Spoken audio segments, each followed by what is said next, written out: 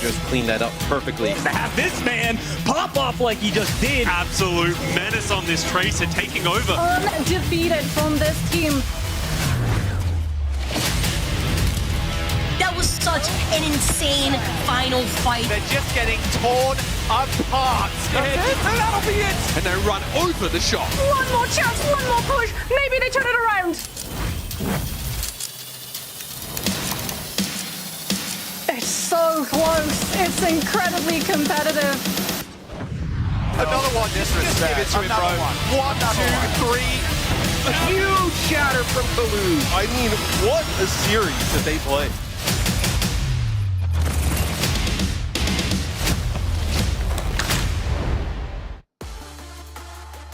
Hello and welcome, one and all. This is week number 4 of our summer qualifiers. Day number 2. Zoe here, joined by Danny, Jake, and Johnny.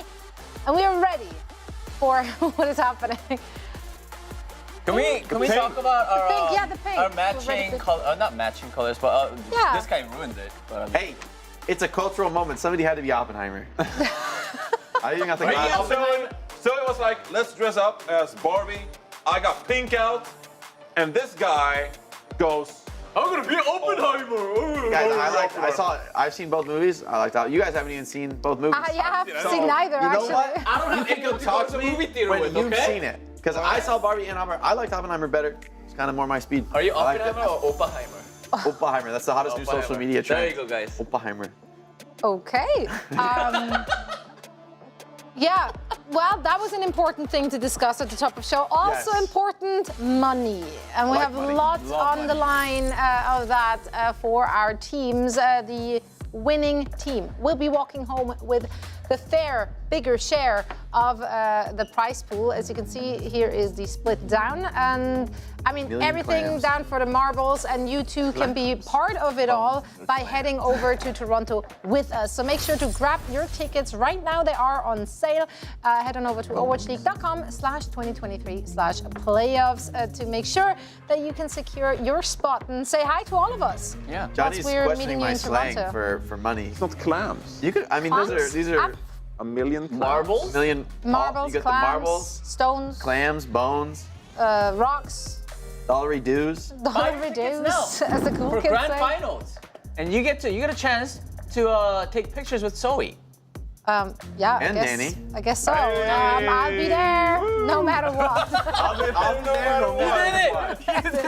Finally, worked it in.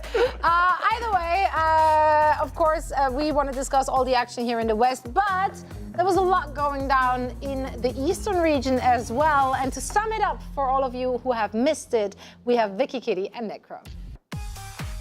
Thank you, Desk. Myself and Necro are here to break down the action-packed day that went down in the East. We had 4 matches in our second to last day of the summer stage qualifiers, and we kicked it off with a bang. It did not disappoint. Seoul Infernal went 3-0 against the Seoul Dynasty. It was a Seoul Bowl on land to start the day with the return of the man, the myth, the legend, Poco himself. He even got to see a map of play today and even won on Circuit Royale to shut down the Seoul Dynasty 3-0 to end their summer stage qualifiers 7-1. Whether they are first or second seed in the East depends on the outcome of Dallas Fuel's final match tomorrow.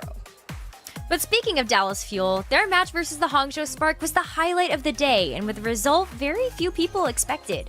It was a 5-map gigabanger where Dallas Fuel brought the Junker Queen rush to contend with Hangzhou Spark's strong double flanker dive. Each team traded map wins back and forth until Hangzhou Spark got a full completion on Esperanza and eventually closed out the series with a clutch final play to bait out Lamp before EMPing to deliver Dallas Fuel their first loss of this stage. Chef's kiss out here as we got to also see O2 Blast 3-1 Poker Face for our Contender Special. O2 Blast and Poker Face faced off with the hopes of getting a win on the board to repair their records of being 1-5 and 1-6 respectively. After O2 Blast struggled with their major roster rebuild at the beginning of the stage, they picked up a new pair of supports in Lee So-min and Lego that helped them get a dominant win over Poker Face today with expert sniper picks coming through from Profits Hanzo. And finally, for our last series of the day, we had Guangzhou Charge versus the premier contenders team, Dreamers. The team showed versatile looks from Dreamers' Korean Hottie Reinhardt, Mei Rush on Li Zhang, to play a strong aggressive dive leaning into Top Dragon's Echo and Dart's Overwatch League debut for the Dreamers team on Tracer. Dreamers have a real shot at making the playoffs and are competing with Seoul Dynasty to secure a top 4 spot in the overall summer stage standings. But their final match is versus the Hangzhou Spark tomorrow, one of 3 matches we have left for the summer stage qualifiers in the East before we look towards the East knockouts. So stay tuned tomorrow to see how the final standings will fall. That's it from Vicky and I for the Eastern recap. Now back to the desk. Thank you so much, ladies. Yeah, Poco returns. And in case you were wondering how that went down, well, Ruston, the Infernal GM, tweeted this. And alas, lo and behold, it happened. Wow. That's right. With the power of the people, we got Poco right back into the mix. That's confidence right there. You're like, you know what? My content creator, come on in. We're dominating the other side. Content creator. I'm hyping him up. Oh my. Because we know, so obviously Poco can hang in the Overwatch League, and they're taking him to circuit. He's gonna pop up on stage, but still, nonetheless, I mean, that's kind of crazy. Like this is out there to do. You know, like I doubt they scrimmed with him. They just fielded themselves up too well. Like, you know what? Bring Poco in. Bring him in. Yeah, throw See him. what you got, so nice. It worked out. Make this competitive. You know, it's like it's too easy. We're running the Soul Ball, and then they still win. It's dominant. That's awesome. That was dominant. Yeah. I wish more teams would do that. You know. Stop being content creators. Yeah, why not? Honestly, some team might benefit from it. Oh my God. Is it rude though? I don't know. He's not just a content creator, as you said. He can hang with the best. That is true. Not every team has like an ex-Al-Pro as their content creator, and not just ex, but like Sony. He was Poco playing last year. Like, I mean, he's very good. Yeah, he's very strong player. Yeah, so he's still a very strong player. It's not like a huge. Yeah, that wasn't just like a throwaway there. Like they had the confidence, and rightfully so. They won it handily at that. Let's take a look at the standings here in the West to know where our teams are currently standing. Atlanta clinched their spot already, so they are safe. They don't have to go through the play-ins. That means 2 spots remain up there in the top. Alas, on the other side of our bracket, the Vegas Eternal and the LA Valiant, they are officially already eliminated, and the rest of the teams are fighting to not be eliminated, not be that 11th team. Currently, LA Gladiators are making a good point for themselves in the bottom there. Alas, Toronto Defiant, Washington Justice, like there's still movement which can happen. Look at the map differential. Yep. Gladiators, you are in trouble. They need to win on wins. They can, like, map diff is not going to favor them very, very likely. Yeah, so let's talk about it actually. Let's discuss the Gladiators' path out of the bottom elimination half. If we're looking at their matches moving forward, how likely are they to win those? 2 of those matches will be played after the break, so there will be a new meta-ish at least. It's on the side of your screen right now. It's fine, guys. You guys got this. Gladiators, just win all 3. Just win all 3. No. You guys have a chance. Oh no. So, all right. This is a tough The schedule. Houston match today is going to be brutal. Gladiators have lost to much weaker teams, and now they're going up against one of the best. So I think that one's pretty rough for them. It's chalk, bro. The hope is that those, you know, maybe Boston, maybe the patch like really shakes things up and Boston is beatable. I think you have to think New York is beatable because that was already a close series in this patch. Yeah. You have to be hopeful on the Glads. Like, you could win that if you played it again, and on a new patch maybe you could do even better. Like, there's hope in that for that match for sure. Like, that's a must win, obviously. But I think if you lose to Houston today, which seems incredibly likely, I mean, they're going to fight hard for it. They're going to, like, if they could win that, it could open things up for them. But really, you have to hope the patch is, like, tanking Boston Uprising, and then somehow they're a beatable team for the Gladiators. But they feel like our most likely candidate for elimination right now. The Gladiators do, and that's a rough place if they lose out, to be. They're out. Yeah. If they lose out, they're out. Yeah. Yep. So brutal. That's pretty much all on them, right? And The match yesterday against New York Excelsior, not necessarily confidence-inspiring. It looked good the first two maps, then they get reverse swept by the New York Excelsior in quite a fashion. So an absolute heartbreaker for not just the players, but also, of course, the fans watching. Another team which is down there at the brink of the abyss is the Washington Justice. They had a rough go so far in the summer stage as well during the summer qualifiers. Of course, they didn't have one of their support players with them. Duncan was not in the country, so they had to, you know, sub in Ben Best on that support role. Alas, get amazed, picked him up at the airport. So Duncan is now in the country. They won't have to deal with the ping issues. Is that enough for them, though, if we're looking at the matches ahead? Well, it's certainly a boon for the Washington Justice because they have struggled. But if we actually take a look at their 4 remaining matches, they're playing the New York Excelsior, and then they're playing Toronto Defiant twice. Now, Atlanta Reign, I mean, that's pretty much like an immediate loss, right? But here you have 3 matches for the Washington Justice that are relatively winnable. So if you're the Gladiators right now, you kind of need Washington Justice to just lose out. But I think the fact that you're playing Toronto Defiant twice, you're playing New York Excelsior once, that actually means for the Washington Justice that you have a few opportunities to get 1 or maybe even 2 wins here, right? Toronto Defiant have been looking really good, but the Washington Justice, they've struggled a lot. Their dives have looked off sync. Mirror hasn't really found the groove on this Winston, and Alfie can only really do so much by himself on this Tracer, right? He's a star player, but it's a team game. So it's nice that Dongan is here, finally in the country now. Probably means no Ben Best and Ana, right? But for the Washington Justice, they have larger problems than only their main support role. So they have a few opportunities down the road now to really get one of those wins, but they need to improve. Maybe the patch will help, or they could even secure a win here today against New York. Yeah, I mean, back against the wall for both of those teams, so they will fight teeth and nails and claws and whatever else they got in order to stay in and make the play-ins and get a chance at making it to the playoffs in the very end. However, still some matches remaining, so not all hope is lost, and we know that you out there love to share your opinions. So how about you tell us who you think is most likely to avoid being eliminated? Is it the Washington Justice or the Gladiators? I'm very interested to see where this chat vote is going, because I almost feel like it will be in favor of the Washington Justice, which, if you would have told me that at the beginning of the season, that's crazy. I mean, I think that's the mathematical reality right now, is that Gladiators are in a tougher position. But I think these games for Justice, as much as Toronto Defiant is winnable, I think Toronto Defiant's rebuild was really successful, and I think they've looked a lot better.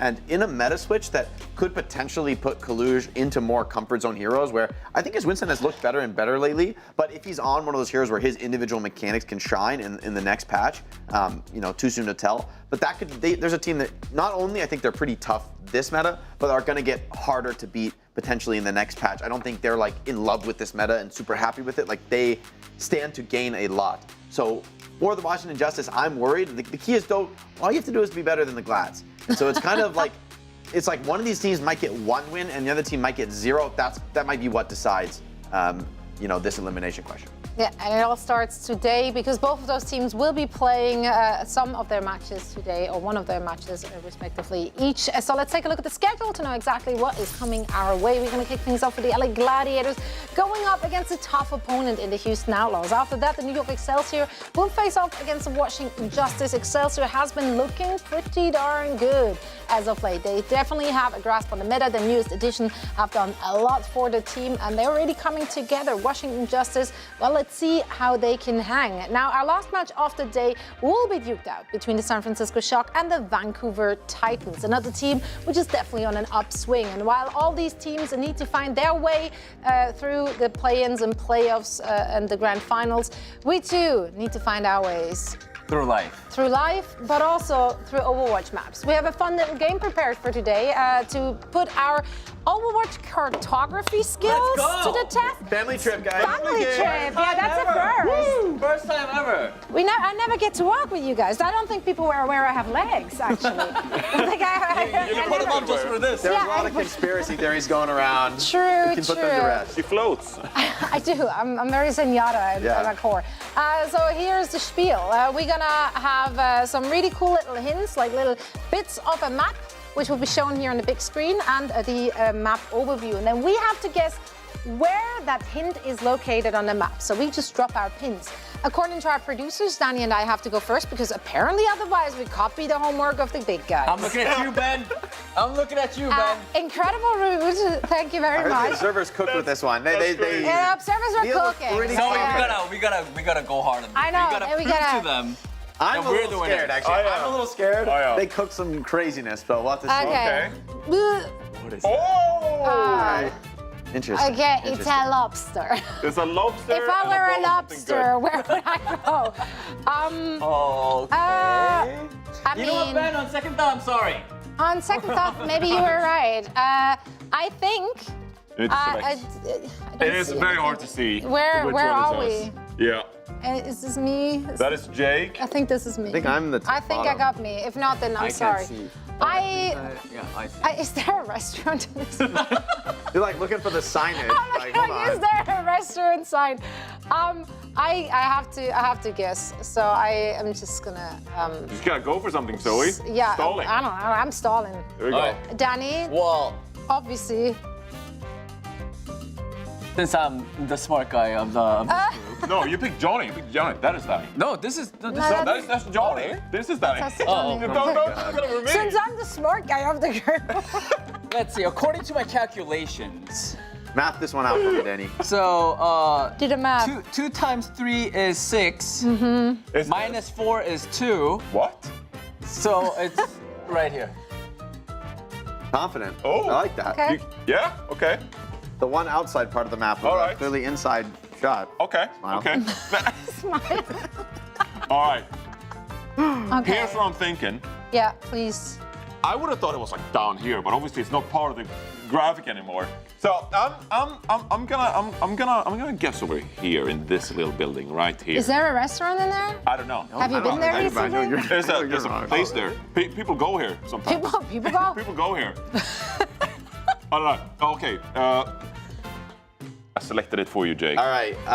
Bless us with the knowledge. I'm not sure about this one, actually. I would have guessed this down one, too. Yeah. I thought it was that room down there, but it's not really on the shot, so I'm going to say I'm wrong about that. Where we going, Jake? Maybe go this half of the map. One of us has to hit it. That's true. That's the I feel like hedge. this is us versus the observers at this That's point. the hedge. Right? I think it's right here. I'm wondering if it might be in this building. I'm going to guess That over looks here. like a restaurant to me. I'm gonna guess over think there. That's a fantastic Don't clear it. picture. Okay, All right. Let's right. see it. Let's see it. let's see. Are we able to see it? We're. Oh! That's me. Wait, no. That's 100% me. No, she doesn't. It's a wrong Yes, she building. does. Yes, she How do you does. get it? You said it was right here. No one got it. It's I'm right touching the star. Oh, hey, Get it away, was me, Jake. guys. It was me. No one got it. I got it. My face was touching. You said that it was in this building. You said Bite battle me. going on. Bite me. We're moving on. All right. We're about to throw hands Go, here. go, go. All right. Oh. Oh, my Wait, goodness. what? What is that? Interesting. Is that an instrument? Is that an What is instrument? that? An instrument. That looks like Bro. a part of a An ceiling. instrument? Like, I don't know. What am I looking at? Where we going? Where we There's going? some cooking going on here, that's for Oh, sure. yeah, no. That's. Okay. All right. Well, it can't be in. I got nothing, man. You guys we're done for. You know what? I sounded confident. I have no idea. I just clicked on something, Yeah, I to be like that, perfectly I like honest. that. I got a point already. I feel like I'm ahead of the curve. You got a point. Well, we'll have to leave that one up to the judges. I don't know. My face was touching the star. Well, it can't be in. I was touching the star. I want to say like right next to on this side. That is a smart pick. I thought it was one of those barriers, No, but it's then not. then I noticed that there's more That's a than smart one. pick. You guys so are I'm- getting, it's know what? not a close-up because the We textures gotta- don't look like that. Gotta move. All right. That's right. All right. I'm gonna bless us with a quick answer right here. I Love think that. they've been cooking like up here. Yeah, I was gonna go for that, but I just went with the bottom one. I misled you. Which one am I? This one? This guy. All right, I'm gonna mix it up. I don't actually know. I'm gonna go up here. I don't think it's. Okay. All right. That All right. Ah. Here we go. All right, what's the answer?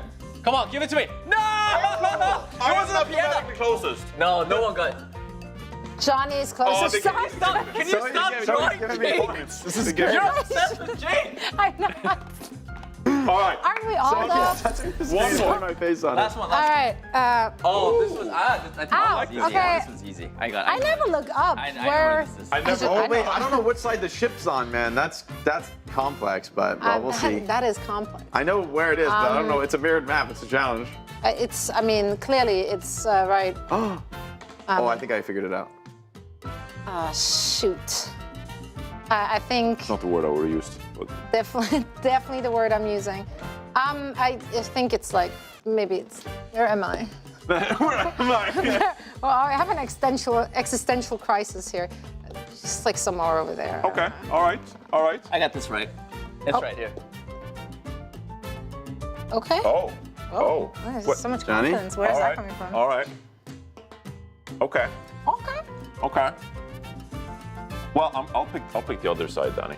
Wait, I don't like the fact you said it was mirrored. You said it was mirrored. The map is mirrored. Yeah, so Like, it has to be a location that is unique, right? Well, actually, no. I Well, figured it that out after I depends. said that, but it's okay. You can go try it. All right. All right. Show it to us, then, Jake. I think it's right. Well, we'll see. I guess I'm confident. Don't get it wrong now. Spoken too soon. Okay. Wow, you're like All right. the price is right. You to Danny copied right my now. homework. Yeah. You copied my homework. Clear? Okay, we We're clear asked it. to clear it. I guess we're wrong. Oh, okay. Oh wow. Oh wow. That looks like that. Thank you. This Yeah. means I that mean, Danny was the only one that didn't get it right. Great Yeah. job, everyone. You didn't get anything right. What are you talking Great about? job. I mean, What are you yours guys talking about? I'm gonna say I was the only No, he didn't. No, he did not. Guys, no, he did not. Get it to me. I was the only one who actually guessed one location right. That's all I'm That's gonna not say. what I was- These guys are going up. I Your was like face was 20 touching the meters star. away. I was You were close. 10 meters I get a away. point? Why did he Everyone get a but point? Danny Yeah, I get gets a a point. Everyone but Danny gets a point. That's what the What? producer said, Danny. They just I'll hate make me. sure. They're just picking mine on is You know hard, what? so I You know don't- what? Let the It's audience fine. know. I don't Everyone need that. but It's not Danny fine. Look at this. got a point. But we're all winners here because we get to enjoy fan art from our community. So there is that. So thank you so much for sending this one in. This one is from Nabak_arts. You can find them over on Instagram. Diva, 1 bad guy, 0. Also, a physical painting. Another physical see? painting. Yeah, we do love those. I love crayon. That's not crayons. Water paint. Acrylic on paint. Very close. I love these guys in their Keep on artwork. going. It's like, I don't know what these mean, but they sound artsy. Like, I mean, he guessed, like, what is it, pencil on ceramics? Pencil ceramic. yeah. These Not are all really. It's not Acrylic water paint. art-adjacent words. Yeah, you can make art with those things. But yeah, thank you so much. Absolutely gorgeous, cute little chibi diva. You've sent in more of that. You too can be featured, of course, on our big screens and in our hearts. So we are looking forward for more fan art in our gallery. For now, we're heading into a very quick break, and then afterwards, these fine gentlemen and myself will be breaking down all the action for you. So stick around. I can't believe you. In the Overwatch League, fans are not mere mortals. And when your team needs you, we lock in and turn it up. The hashtag skins in the game. As the season ramped up, the leaderboard became a mecca of movement. Teams usurped teams, and each play of the game inched their team closer to enduring prestige. Countless hours of playing with the squad became a chance in the spotlight. But one final push lies ahead as submissions close on August 10th. The Overwatch League team with the most points will receive a custom spray, which will be available to all Overwatch League fans. Remember to post your play of the games, pop-offs, and highlights wearing your team's skin, tagging Overwatch League and using 2 hashtags, skins in the game and your team's hashtag. Be the fan your team needs.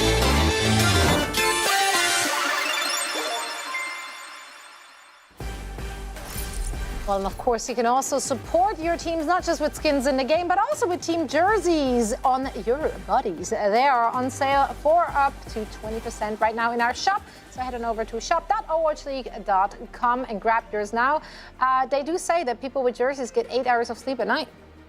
No way. I get 8 hours of sleep at night. I've been on a That's roll. too much. Yeah, I've been on a Yeah, roll. and you have a lot of jerseys. I You think have to wear it when you sleep, or? I'm not filled in on the details of it. I don't know. Are you wearing your jerseys to sleep? And do you dream about Houston Outlaws every day? Yes. By touching the jersey right before you sleep? Junkrat. Oh, fearless. You know, whatever Please win. works. They don't need any blessings today. They'll be okay. Yeah, no, we're Yeah. past the jinx stage of This Jake, one- and They are going up against the Gladiators, who are not looking Gladiators too could use the hot Jinx right power now. Yeah, today. maybe they need you to cradle their shirts when you're going to bed. For now, however, this is the roster, this is the lineup that will be facing off against the Houston Outlaws, a team which, quite frankly, I mean, they had a shaky start to the summer qualifiers, but definitely turned it around after they beat the Atlanta Reign. They were the first team to take down our top dog, and they've been looking good ever since. What do the Gladiators need to do to maybe at least, just play better in every position? just play better? Chill, like- Okay. All right, the goal Do they for have a Gladiators chance is- for a map window? The goal for Gladiators is lose at least getting a couple maps for the map differential. Exactly. Get maps. Like the goal should be not to lose 3-0. I feel like honestly the map diff is like beyond saving for Gladiators. I think they Kind need of, dubs. maybe. And so I get it where they're grasping at straws, and also it matters to them, like, if this is even remotely competitive, they can like take some confidence into the future. I think that's the bigger result here if the Gladiators can make this close. I don't think they're going to qualify on map diff. I think they need to win on with how far behind they Makes you are. feel better. I mean, not really when you get eliminated. Guys, we're only 3 maps behind instead of 4. No, Like- if you can go 5 maps with Houston, that makes you feel better. That's why my point is just the confidence. Are you hearing No, yourself? I agree though, in the sense. Better about yourself? Yeah, if you just go walk into the starting at 3-0, then If Gladiators makes it close, they're gonna look better. They look like a more serious contender, but I just don't see them making this close. I think this is Guys, too I far think we gone. all tried hard enough. The Gladiators Let's need the move patch to We did, reset. we did. They need a patch to reset. If they win this, I don't know what to think about this league anymore. This is unpredictable. the league question Houston. I was about to say, like, let's that's start a with Houston. They'd be the one dropping the spaghetti there. Well, let's take a look at our predictions. I'm pretty sure that this should be a unanimous affair. All the way 3-0 Wow. for the Houston Oh Outlaws. my I'm God, very awesome interested to race. see how our chat is voting for this one. How brutal do you think we're going to go with this one? I mean, there's some diehard Glads fans out there. 92 Are there still? 8 or 9? Oh. This is Gladiators are respectable from the Gladiators fans. A respectable showing. They're still pulling. Like, nope. You don't, what? There might be. People do they might want to be crazy, but believe. they're Don't pulling. be doomsayer.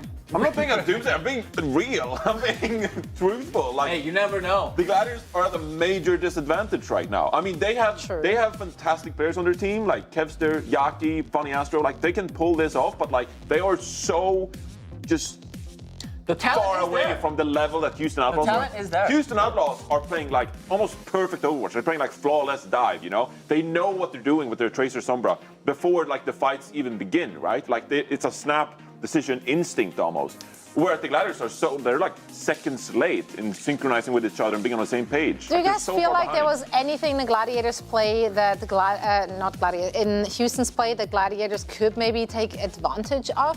Has there been any holes in the armor? That's exactly what I'm worried about, because you look at some of these teams like Boston Uprising, like super solid dive team, they don't really want to play rush. Houston is like, they're happy to go to a rush map, they're happy to go to a dive map, maybe like Circuit Royale, like Sigma Poke isn't, but then you've got, maybe Fearless is not on a comfort hero, but you've got insane double flex support on this team, great DPS. Like, I don't think there's a comp or a map that's giving Glads an advantage. They have to win this on the merits, and it's going to be so. I think you need Brawl to level the playing field, because dive ain't no way. You're not matching the Outlaws in the dive. Right on. Very hopeful here for the Gladiators on the desk. So let's get it started. First match of the day will be casted by no other than the man who's serving the looks, of course, Uber, and Matt is also there. A new t-shirt. Yeah, like stripes. That's wild.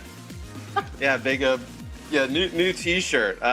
I didn't get the memo from Jake. We were all dressing for a funeral here of the Gladiators. It's Oppenheimer, man. You didn't see the movie? Putting them away. It's a cultural moment. It's the zeitgeist. Come on, Matt. I mean, the dress code aside, we literally are watching, in the whole pre-show, we are watching this team march to the gallows. Yeah, we should be dressed for a funeral. No, my lord. Yeah. The entire, how about this? Hey, Gladiators, you guys work really hard. You obviously scream a lot. You put the hours in. You're going to get reverse swept twice, and then we're going to give you a break. You get to go up against Houston Outlaws. How's that feel? Clock in, clock out, maybe bottomless mimosas for those 21 and over afterwards. You know what I mean? You got your day planned. But right now, It feels brutal. I mean, this is a team that we thought was going to be really strong. They started off pretty strong in terms of the year, and then now they've just are on a a massive free fall. I feel terrible for Kevster. I mean, his teammates got to pick it up. He's going to start swing. He's going to start swinging, bro. He's going to start swinging. He's going to like turn those player cams off. Just start driving clotheslines on the people next to him. But yeah, it feels like he can't do much more. But it feels like the team just so out of sync, right? I think on an individual skill basis, right, these players can kind of hang with anybody, but just the teamwork seems all over the place. Even the best teams in the Overwatch League from time to time are showing us a bit of a disconnect between their initiator, the dive tank of Winston, and the follow-up between their Sombra Tracer comps, at least in those dive setups, right? We pointed out that Atlanta had that issue a little bit earlier on in this stage, so that's not uncommon. But it's happening in a systematic way for this Gladiators squad. They're not able to put it together. You know, there was questions about, Bubble, whether they were the solution. Cal comes in, and we thought they've looked really good in general, right? But this is a difficult ship to try and uncapsize, right? To ride, or whatever. To get back, on those ocean lanes. There is a lot more required. We see some dangerous stuff with ships lately. I wouldn't want to be compared to right. The little vessel. The Orcas are circling the Gladiators yacht. That's what I want to say.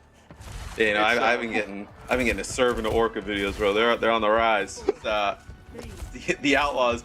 But we really haven't talked much about them because I feel like the story coming into this match is, obviously the Outlaws have been fantastic. The story is really just kind of this free fall from the Gladiators. So here at the start, it'll actually be a mirror matchup in terms of compositions between these teams, which quite interesting. Gladiators will end up taking the high ground as it seems like the Outlaws are totally fine playing from the point. Yeah, Kevster on the Sojourn, who's definitely been a bright spot for the Gladiators. We talk about him quite frequently, whether it's the Tracer or some sort of hit scan hero.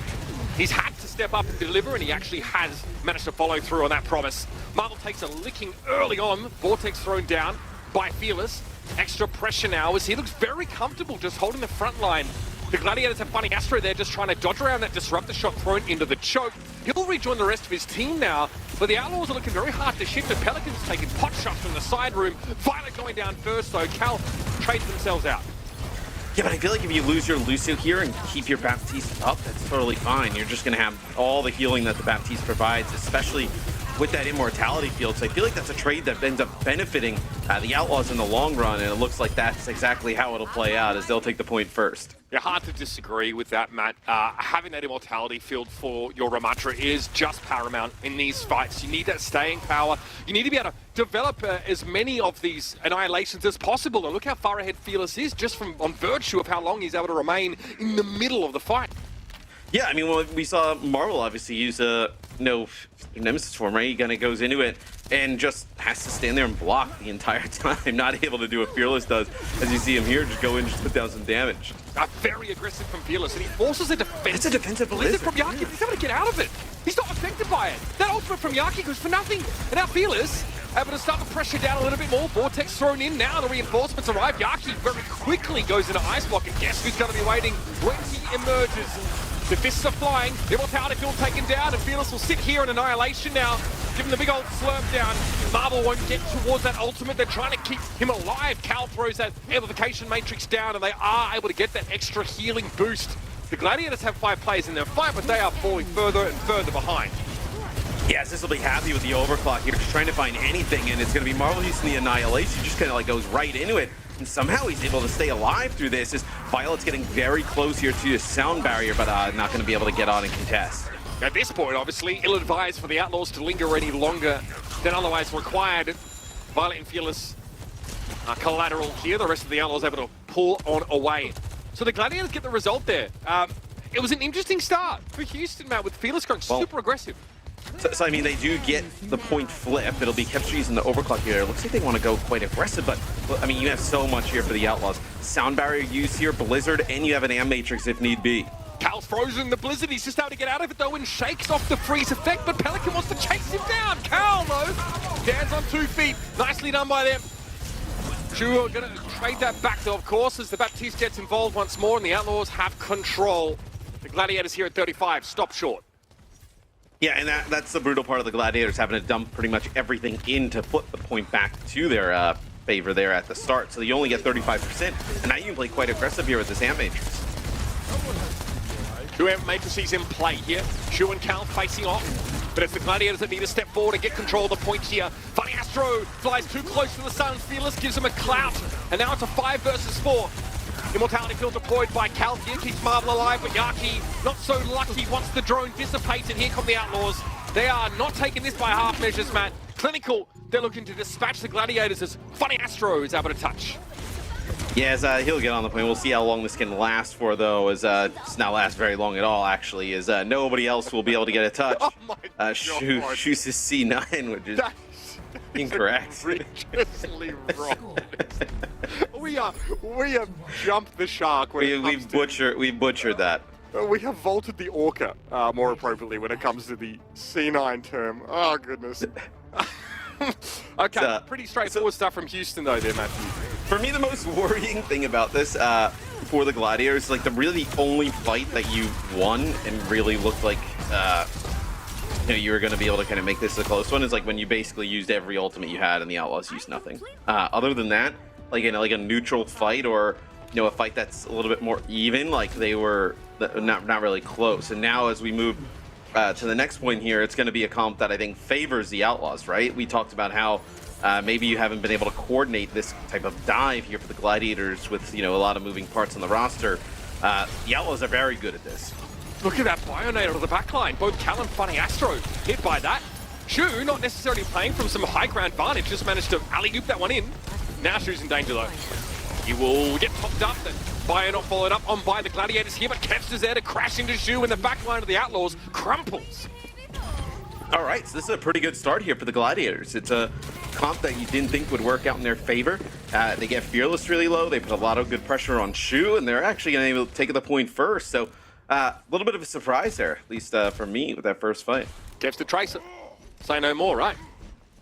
I mean, he's tremendous, right? We know what he can do on that hero. It's just, can you kind of coordinate around him, right? Can you kind of get Marvel in the right spot? Can Yaki kind of hack those targets and be able to finish them off? It's really the only thing you're worried about.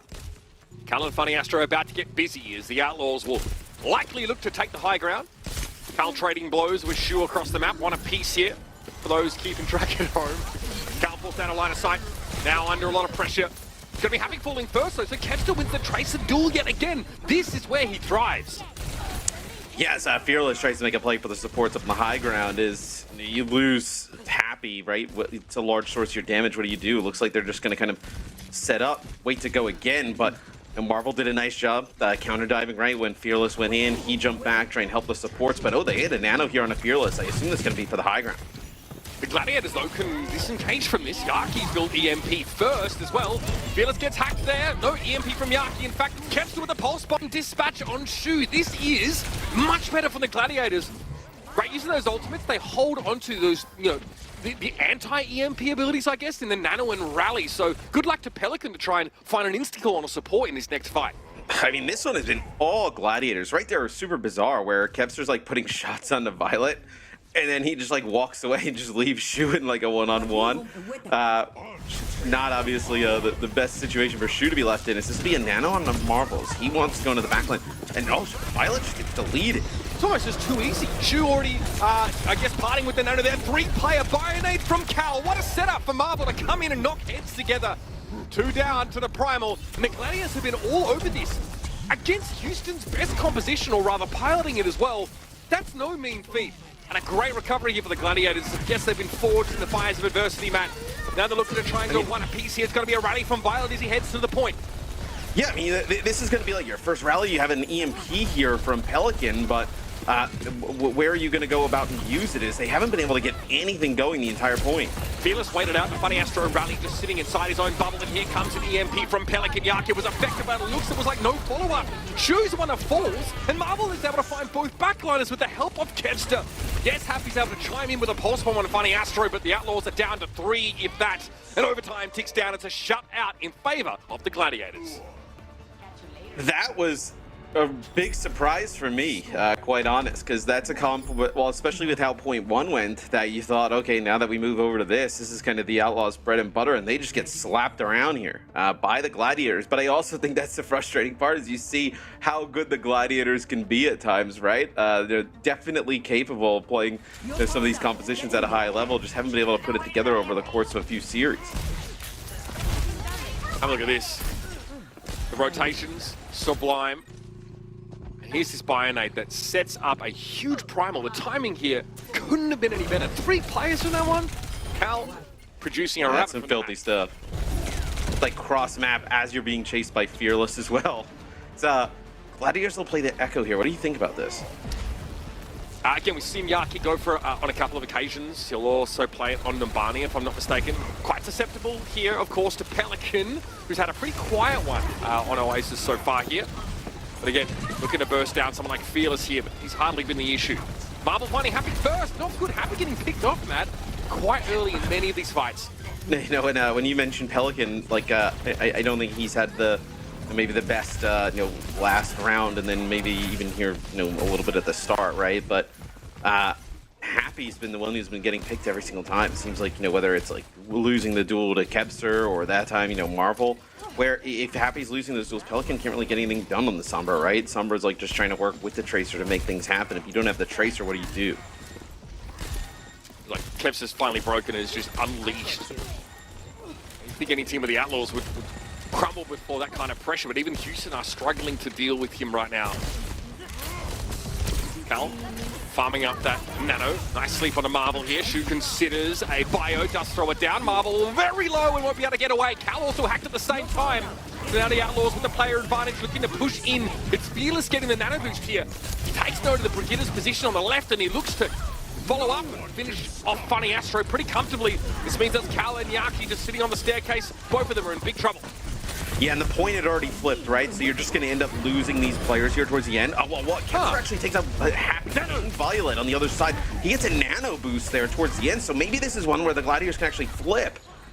Pelican is here to help Fearless, but that's really it for the time being. Funny Astro's back in the mix, too. Oh, Fearless dived away. I think Fearless was trying to get back towards his healers, but he went in the direction of the Gladiators spawn on that dive. Maybe hoping to at least get a trade kill. Houston to maintain the point through all of this, though, because Pelican was also there.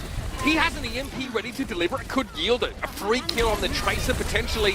And they let it go. Kemper, though, was outside of the radius of it. Yes, they get Marvel. That's the pick that the Outlaws were looking for. Now they go ahead in percentage. And Happy as a pulse bomb. He really needs to step up in this round. It's been a slow, a quiet affair for this player. Pelicans able to clip Yaki's wings. But again, Happy falls prematurely. And Kemper's back with another pulse bomb. The Gladiators fighting this one real close. But the Outlaws have maintained control for quite some time. Yeah, it's just about getting this flip. I mean, Kebster has been in the backline just causing chaos forever. And now, I mean, finally they're able to get it where I thought Happy and Pelican, with some help from Violet, did a tremendous job being able to kind of contest the point, keep that going for as long as they did. 13-0! He cannot do more. He's 1 kill away from being in a flatter deadlift as well. That is just absurd. Cal with 5 final blows, by the way. That is ridiculous. The Glads are back in control, but for how much longer? Yaki with that duplicate available, picks Shu straight away. There's a Winston bubble though to contend with here, and okay, both backliners hit by a bio. That's pretty big. Violet came in with this shield bash stun, and Happy finally gets something. It's a pulse bomb kill on Calvin. Shu's traded out instantly by Marvel. Yaki still in dupe, tries to go for another Bionade here, but Marvel's primals have been on point this map so far, and it's Violet picked up again. The Gladiators stay in control. Yeah, they have really been punishing the supports of the Outlaws, but Fearless wants to pop Primal. He's got both the DPS there, and they actually end up getting a flip.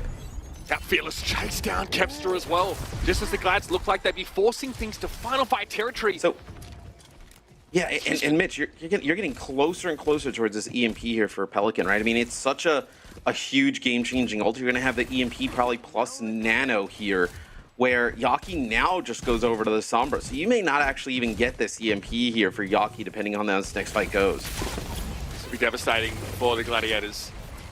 It's just so much more impactful than the duplicate of the Echo, right? Yeah, big time. Contextually, right? If you can get a huge buyer, then perhaps different story, but Pelican is looking for a backline here. An insta-kill. There's no support ults left for the Glads, and they crumble! Here come the Outlaws once more, and already in this first map of the series, sparks are flying. The Gladiators, though, lose their core. Kebster again is able to find Violet, though. Can you do anything about this? Yaki on the point, has to translocate away. Cal with the switch over to the Lucio to get there quickly enough. But Kebster suffers his second death of the round, and unfortunately, it comes at an awful time. Here come the Glads. Cal back over the top of that Lucio here, and takes down Shu. What? An environmental kill from Cal. But it's not enough. It's traded out by Happy. You find some pulse bomb elimination on Funny Astro, and the Outlaws have got the numbers. You saw the translocate away by Yaki, and more pain for the Gladiators. They come close on this first map, but the Outlaws outlast. Well, look, they looked better, the Gladiators, right? They looked, you know, like they can definitely hang with this Outlaws team, but towards the end there, but when the Echo, you know, when it looks good, right? You know, you're really kind of playing not really around that duplicate. You're playing just kind of for the Echo, just raw power. They're missing out on, you know, 2 EMPs one though. Final blow for the whole map. What power? You better play Sombra for the utility the whole time. Right. I mean, I agree with you. I think like when you're looking at it, especially after you just played Tracer Sombra and like dominated, right? Like, why not just do the mirror? And look, even if you're not doing like mass in terms of like kill contribution and final blows, like the hacks and the EMP are good enough, right? I mean, you saw there towards the end, Pelican gets an EMP, it's a nano on the Fearless, and they just insta-kill both supports and the game's over. You have, without the Sombra, you just have no big ultimate like that can really kind of turn the tide in a fight.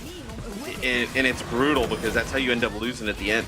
Pelican knew he had it right. He just went straight for that back line, and there was a dive. The Outlaws able to come out on top in a very competitive, very close first map, so don't be fooled by any score lines here. We're going to head to Midtown up next, another opportunity for us to see what the Gladiators have been working on during these trying times.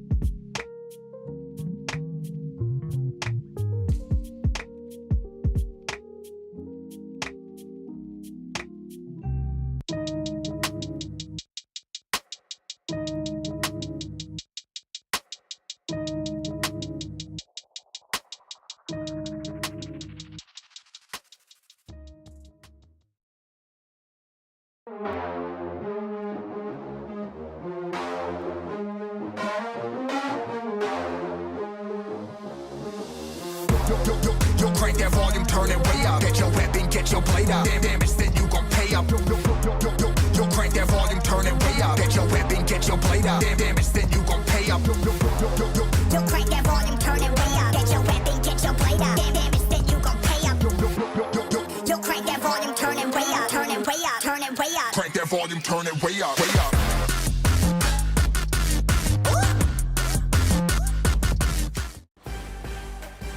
A lively affair, indeed, on the map of Oasis between the Outlaws and the Gladiators. I have to say, that second round, City Centre, it's pretty clear to see what a Tracer Gap can do in terms of skewing the outcome of a dive mirror. Kevster was dominating, and the Gladiators were almost flawless in that round, Matt. Unfortunately, they couldn't carry it through the rest of Oasis. Right, which, I mean, well, when you say they couldn't carry it through because they changed composition, didn't have the Sombra to follow up on the hacks and, you know, EMPs and whatnot. Devil's in the details, as they say. Yeah, so as we move to Midtown, I think the Gladiators, like, you should have the confidence that you can play that dive in the mirror because, you know, Kevster was getting the better of Happy. You were starting to get rolling. Like, that was, like, some of the best, like, Marvels looked, right? I don't know if there's a reason to kind of, like, mess around, play some other stuff if you can kind of play that mirror on a lot of these maps.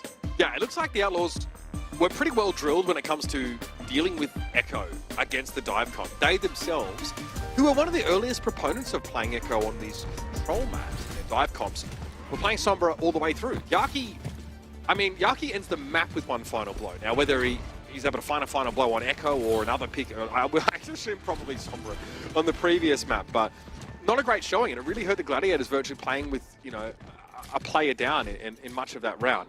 But that's in the past now as we move over to Midtown. The Gladiators playing the dive composition, the standard one, of course. Yaki on the Sombra here. The Outlaws, we expect to mirror this here. So again, we'll see pretty fast-paced play out of the gates from the Outlaws.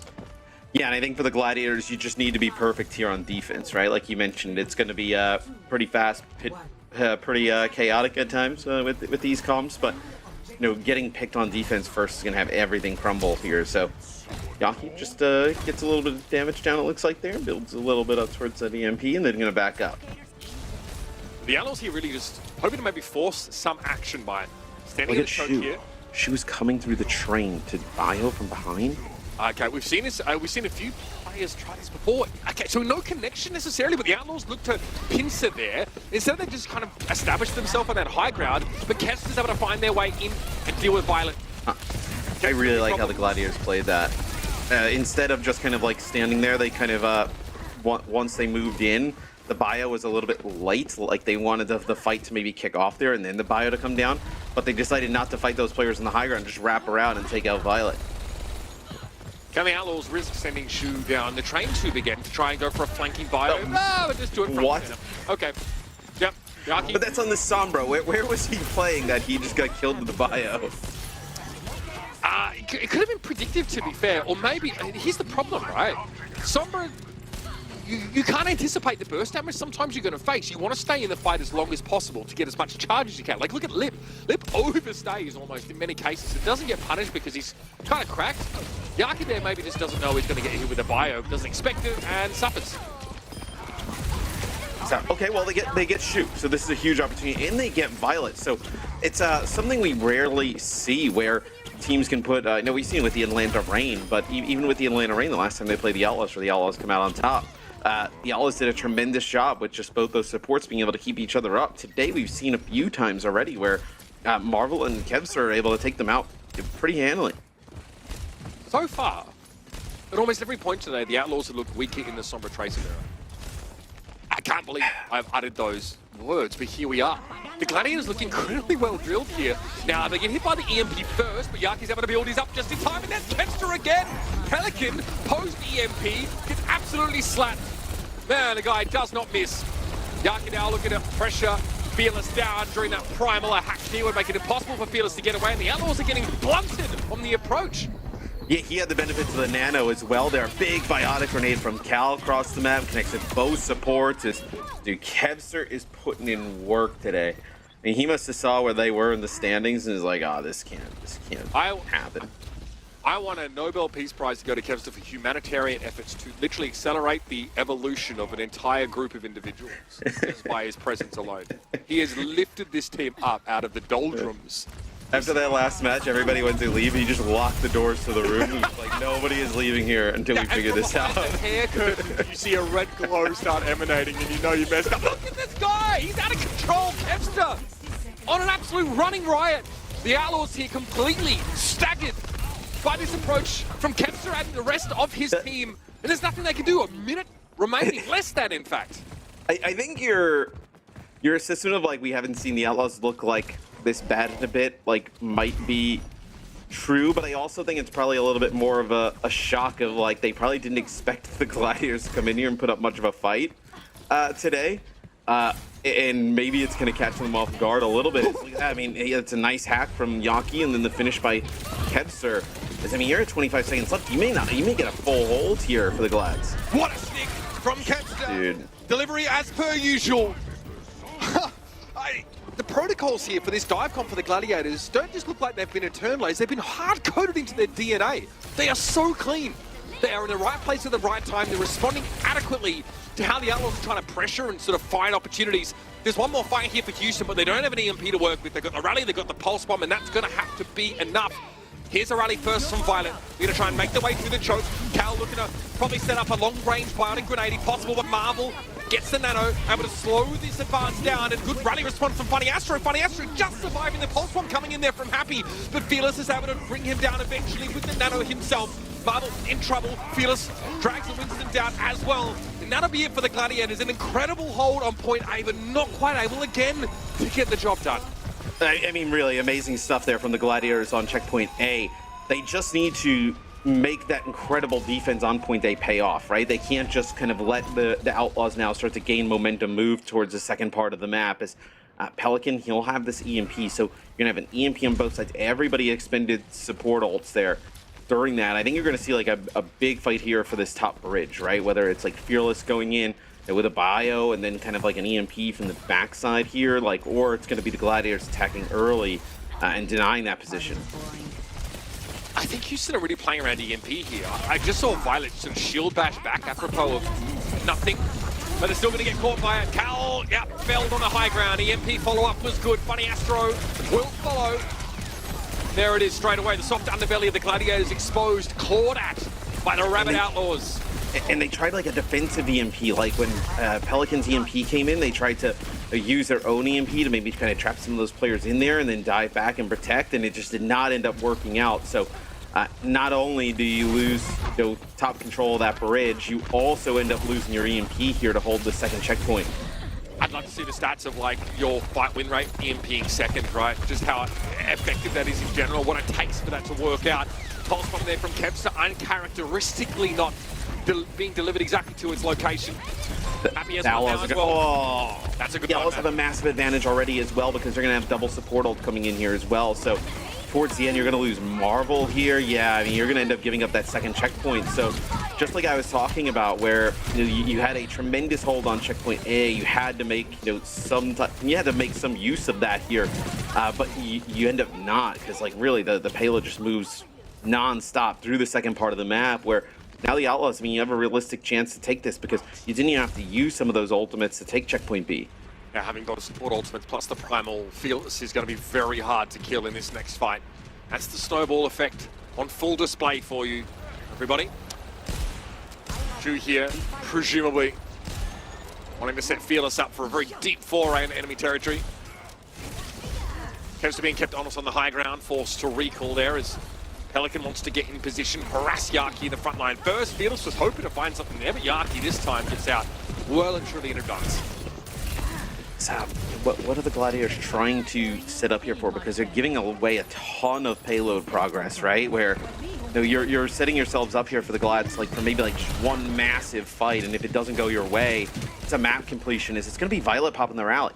Yeah, rally here perhaps as an answer to Marvel's nano, or that he received as he went for the dive in here. So the no translocator here. Pelican hacked, surrounded by teammates though. A little impromptu placing of the translocator, and the EMP's going, oh god, what? No! Goes for the EMP, but instantly gets burnt down. Whip shot finishes the job, but you saw what Pelican was doing to him. Throw out the stats about first EMPs or second EMPs. It doesn't seem to matter in this matchup as the Outlaws find their advantages yet again. A Primal Rage locked and loaded for Houston to try and finish the job. Fearless doesn't need it here. Just a knuckle sandwich for Kempster. Fight a tip of the bio though. Great job by Kel to set that one up. And Yaki's able to find Shu. There's hope yet for the Gladiators. Yeah, I mean, getting both supports there is massive as Fearless has to use his Primal to get away, where Kempster got on to try and contest and just get taken out right away. And as soon as I saw that, I was like, oh no, this is how it's going to end. But this will be really interesting to see, Mitch. It's going to be a final fight here as the payload's so close to crossing the goal line and nobody's got anything. Yeah, this is the Glads hopefully being rewarded for their fantastic hold on point A. Clock very low here. Yaki pulling the plug, Marvel being pursued, now headed towards the cart. Hacked. Needs to be careful. No, Pelican's able to burn him down. That's no good for the tank of the Gladiators. Marvel out of the picture, but Funny Astro giving a good account of himself there. Smacks Pelican around with the mace now. It's going to be a Bionade connecting with Fearless. Despite Cal's best efforts, there's not enough people to follow up on it, and the Outlaws are going to be able to finish the job here. There will be a conversion on the last phase of Midtown. And it doesn't really kind of represent how well I thought the Gladiators played there. I mean, you're a kill or two in the first point away from getting like a full hold, right? I mean, they were bouncing back. They looked really strong there on checkpoint A. But then checkpoint B, they just kind of gave it all up. Let the Outlaws kind of linger around in the game with an opportunity to finish. So now the Gladiators just make it even harder on themselves, right? Caps at 9-3, accounting for more than half of his team's final blows. Don't need to explain that to you. Gladiators at 17 as a unit, the Outlaws at 19. So very back and forth stuff here, but again, there's always Kevster standing out. Happy playing a bit safer. No deaths for Happy, but only the 4 final blows here. Maybe a little bit rattled after how that first map went. Great stuff for the Glads on defense for most of the first half of this map. Now they're going to back it up with a real effective clinical offense. Well, I think that's the hard part, right? Is you play so well on Oasis with this comp. You play really well at the start. It's just a long series, right? Can you constantly play at that high of a level, over the course of, 3, 4, 5 maps to beat a team like Houston, where now you give them an opportunity to kind of stay in the game? Let's take a look at some of these stats. Like you mentioned, I mean, the final blows from Kevster off the chain. But Happy playing a little bit more passive, not as many final blows, but the pulse bomb kills, and then obviously 0 deaths is massive. All right, Houston.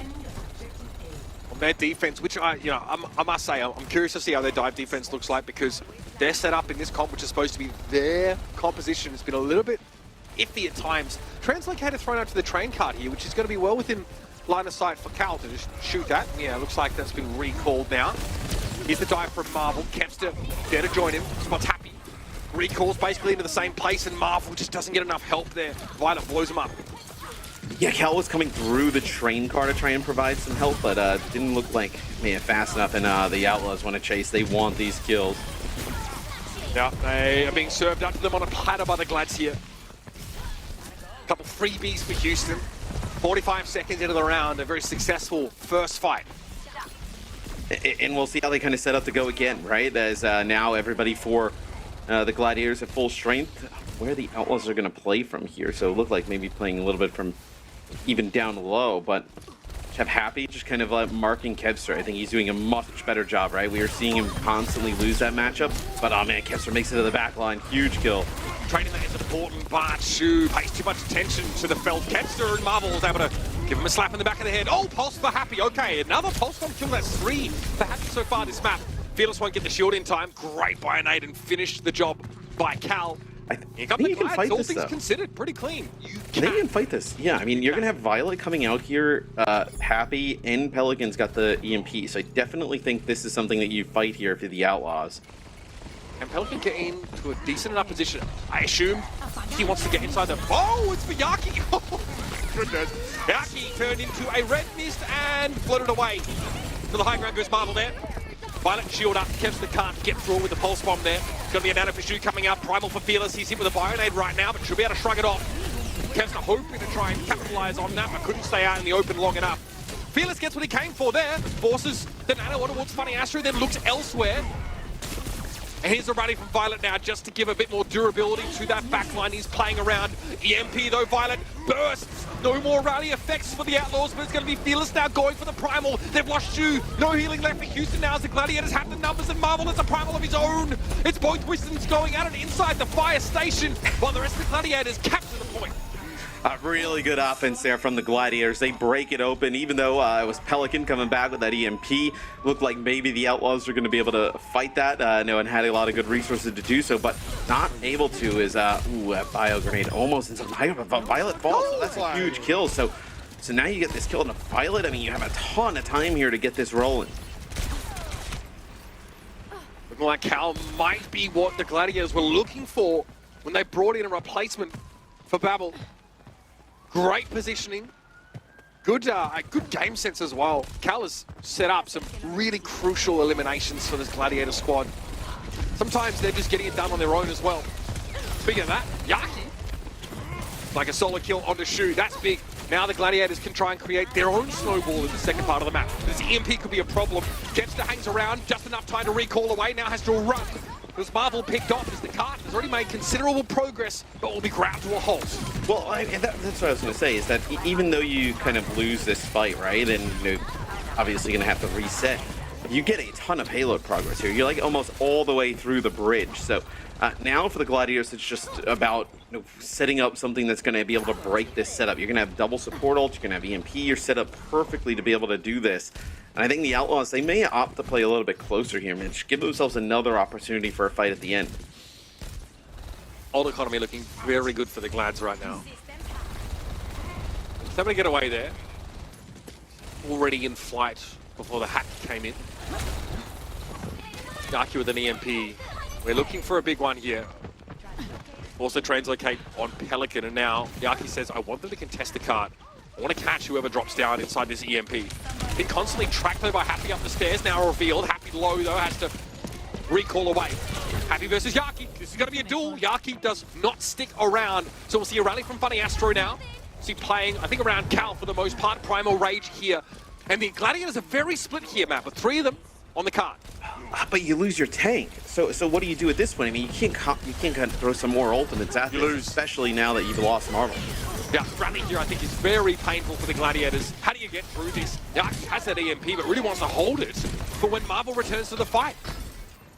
Yeah, they had lost one. I think Yaki actually ends up picking a kill up on one of the players from the Outlaws, and I think he's still behind enemy lines here. He's just he is. Really deep. Yeah. Violet is really paranoid. Often like bashing backwards randomly, spy checking, of course, with the flail. But Yaki was well clear. Oh, Kevster's here too. Spotted. So you see where Yaki is here as well. Are they trying to... Does that EMP get... It just gets shoot. Yeah, Violet. Yeah, it doesn't even get Violet. Yeah. That was not good. Kevster was supposed, I presumably focusing down a target that would get hit by the EMP. The target was Violet, right? Because the EMP and then they both go to shoot at Violet, but he doesn't even get hit by the EMP, and then he also gets the nano. Oh, that is pretty brutal. Because now your 3 minutes plus is down to under a minute. Oh no snowball here for the Gladiators. Not like the Outlaws were able to get it. This is the stuff that elves are made of. Oh, what? Sorry. Okay, Pelican is... I got out of that alive. There's no... Yeah. Oh, was he revealed? I mean, check his PC if not. Check a PC. Yeah, I mean, that was Cal, so... yeah, check that PC. Yeah. Great sleep dart, though, from Cal. Close things up for the Outlaws, but Pelican is still alive and still has an EMP to spend, and here it comes. Lets it go, but Marvel gets the nano straight away. Perfect response. Again, it's Cal making the right call for the Gladiators. Marvel have a lot to do here. Hacked now, so very much looking like a stun mullet out in the open. Doesn't get brought down despite getting hit with a bio. Cart getting very close there. Violet is down, and they're going to get there. Another checkpoint comes up for the Gladiators.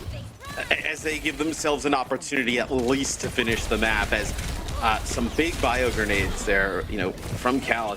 I feel like they've had a tremendous map as well as Funny Astro, right? As the Gladiator support duo, being able to keep each other alive. I think really strong performance from them, throughout the series thus far, especially with how strong of a dive we know the Outlaws have. Houston here. do not want to give up that high ground. Eventually, they commit enough resources to force a reallocation by the Glads. They pull Marvel out. Marvel goes back.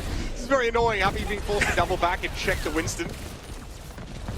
They actually allow Marvel to have high ground for now, but they know the Outlaws rather cannot let them stay. If you're the Outlaws, you have to have an idea that they have EMP, right? Yeah. Nano's there. Pelican straight away gets it. Shu is playing from a very safe distance. So Pelican will use his opening to build EMP. Another very meh EMP from Yaki.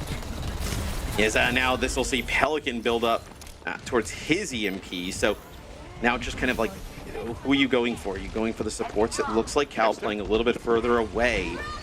Maybe they're just going to let like Funny Astro get... Funny Astro actually probably rally here. Oh, in response comes the EMP, and Funny Astro couldn't do anything about it. Byron has an EMP, so the flags are raised for the Outlaws. And the red flags are being shown for the Gladiators. They've realized they've played, pulled up, shot. Oh, Kevstar falls to the pulse of Happy, who gets the job done when he has to. Shuts down the superstar from the Glads, and that'll be the map. Houston are 2-0 in the series. And a solid showing here on Midtown. Kevster at 14-6 couldn't get it done once more. Well, I feel like if you're the Gladiators, you gave up your biggest opportunity to win this. Like when you actually have the Outlaws like pretty much an OT there on checkpoint A, like that's where you got to put them away, right? Don't give them an opportunity to like linger in the rest of the map. And they end up doing that, and the Outlaws take advantage of it. They finish the map, complete it, which puts the Gladiators in a really tough spot. And even though the Gladiators had a better checkpoint A, still you just put yourself in a tough spot. Yeah, I mean, we saw how Houston were able to snowball, a small advantage in that second phase of the map. The Gladiators tried to do it, but there was some pretty big sleeps on this map. Cal, yeah, big shoes to fill, especially standing toe-to-toe with Shu. They played sick. Fantastic job. Yeah, and I was going to say, there you go. Yeah, so you get a little bit of a reveal there, but you, especially with how good that Kevster's been in this series, right? Kevster's been great. Cal, they've been great, and then I think Funny Astro as well, especially in that like combo, being able to keep each other alive, right? We've seen Shu and Violet fall way more often than usual. Like you can't waste like a great game from those three players. You got to be able to capitalize.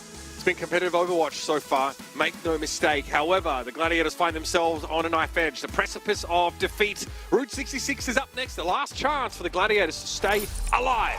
So don't go anywhere.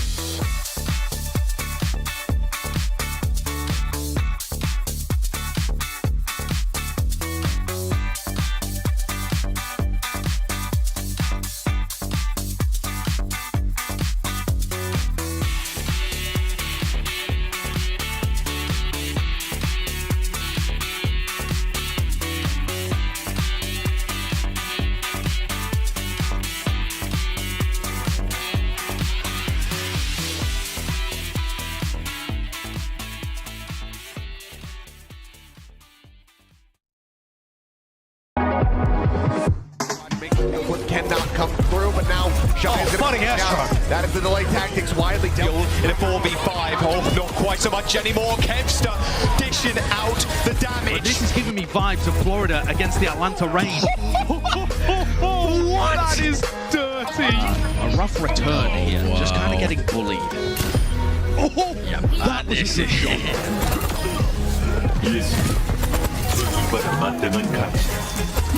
Oh, wave hello, maybe goodbye to the rest of your team, Decay, because Lastro's on the field. Nano Zen just to keep him alive.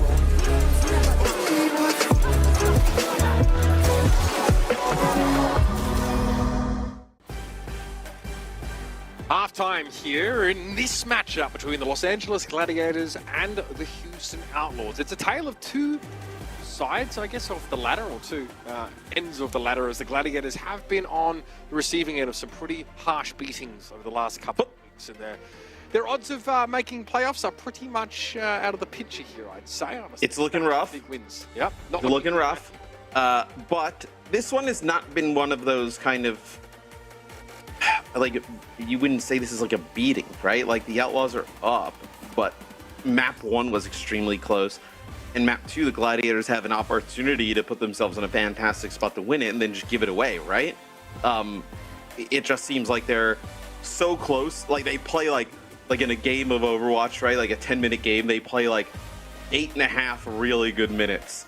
And then the remainder of the time is which loses them the game, right? Where it just doesn't seem like, especially against the top teams, putting together those like flawless performances. It doesn't seem there. I mean, that's not really just anecdotal. I mean, we've observed this trend from this Los Angeles squad in their last 2 matches, which were consecutive reverse sweeps. Great start in this series, look really good. Had their superstars, kind of delivering on the promises, at least, that, they kind of always do. And then they start to fall off late in the series, lose their focus, their cohesion, their coordination, all kind of goes by the wayside. Let's talk a bit about Midtown quickly. We'll have a moment. I think there's players just mentioning, some ping woes here. Well, let's first compare our traces head-to-head here. I want to look at the deaths importantly, because that's where I definitely feel like these two players differed a lot. Happy, I think Kevster was like 13-6, I want to say. Happy at one point was like 4-0, so like half of Kevster's kills, but no deaths. They're playing very differently here. Yeah, and I think with Kevster, like, going for more final blows and like just trying to finish kills off a little bit more, and probably feeling like he has to, like, he's achieving that, but then also obviously dying a little bit more, where Happy, I mean, Fearless just puts so much pressure on the other team, right?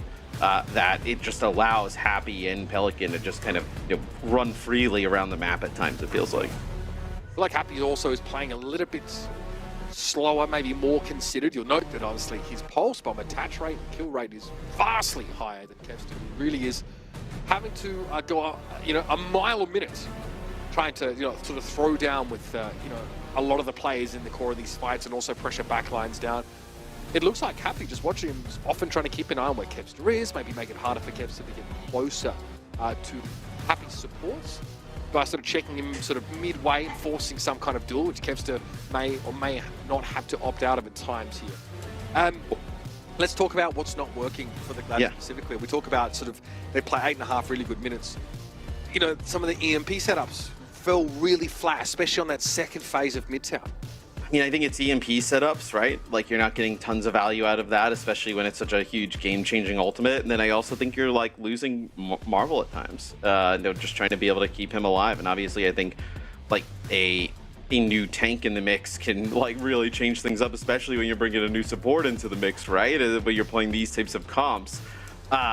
It's just trying to get on the same page. And it's brutal because you're trying to get on the same page in real time, right? Not in scrims and whatnot, like, in actual matches. So I think it proves to be a little bit difficult potentially.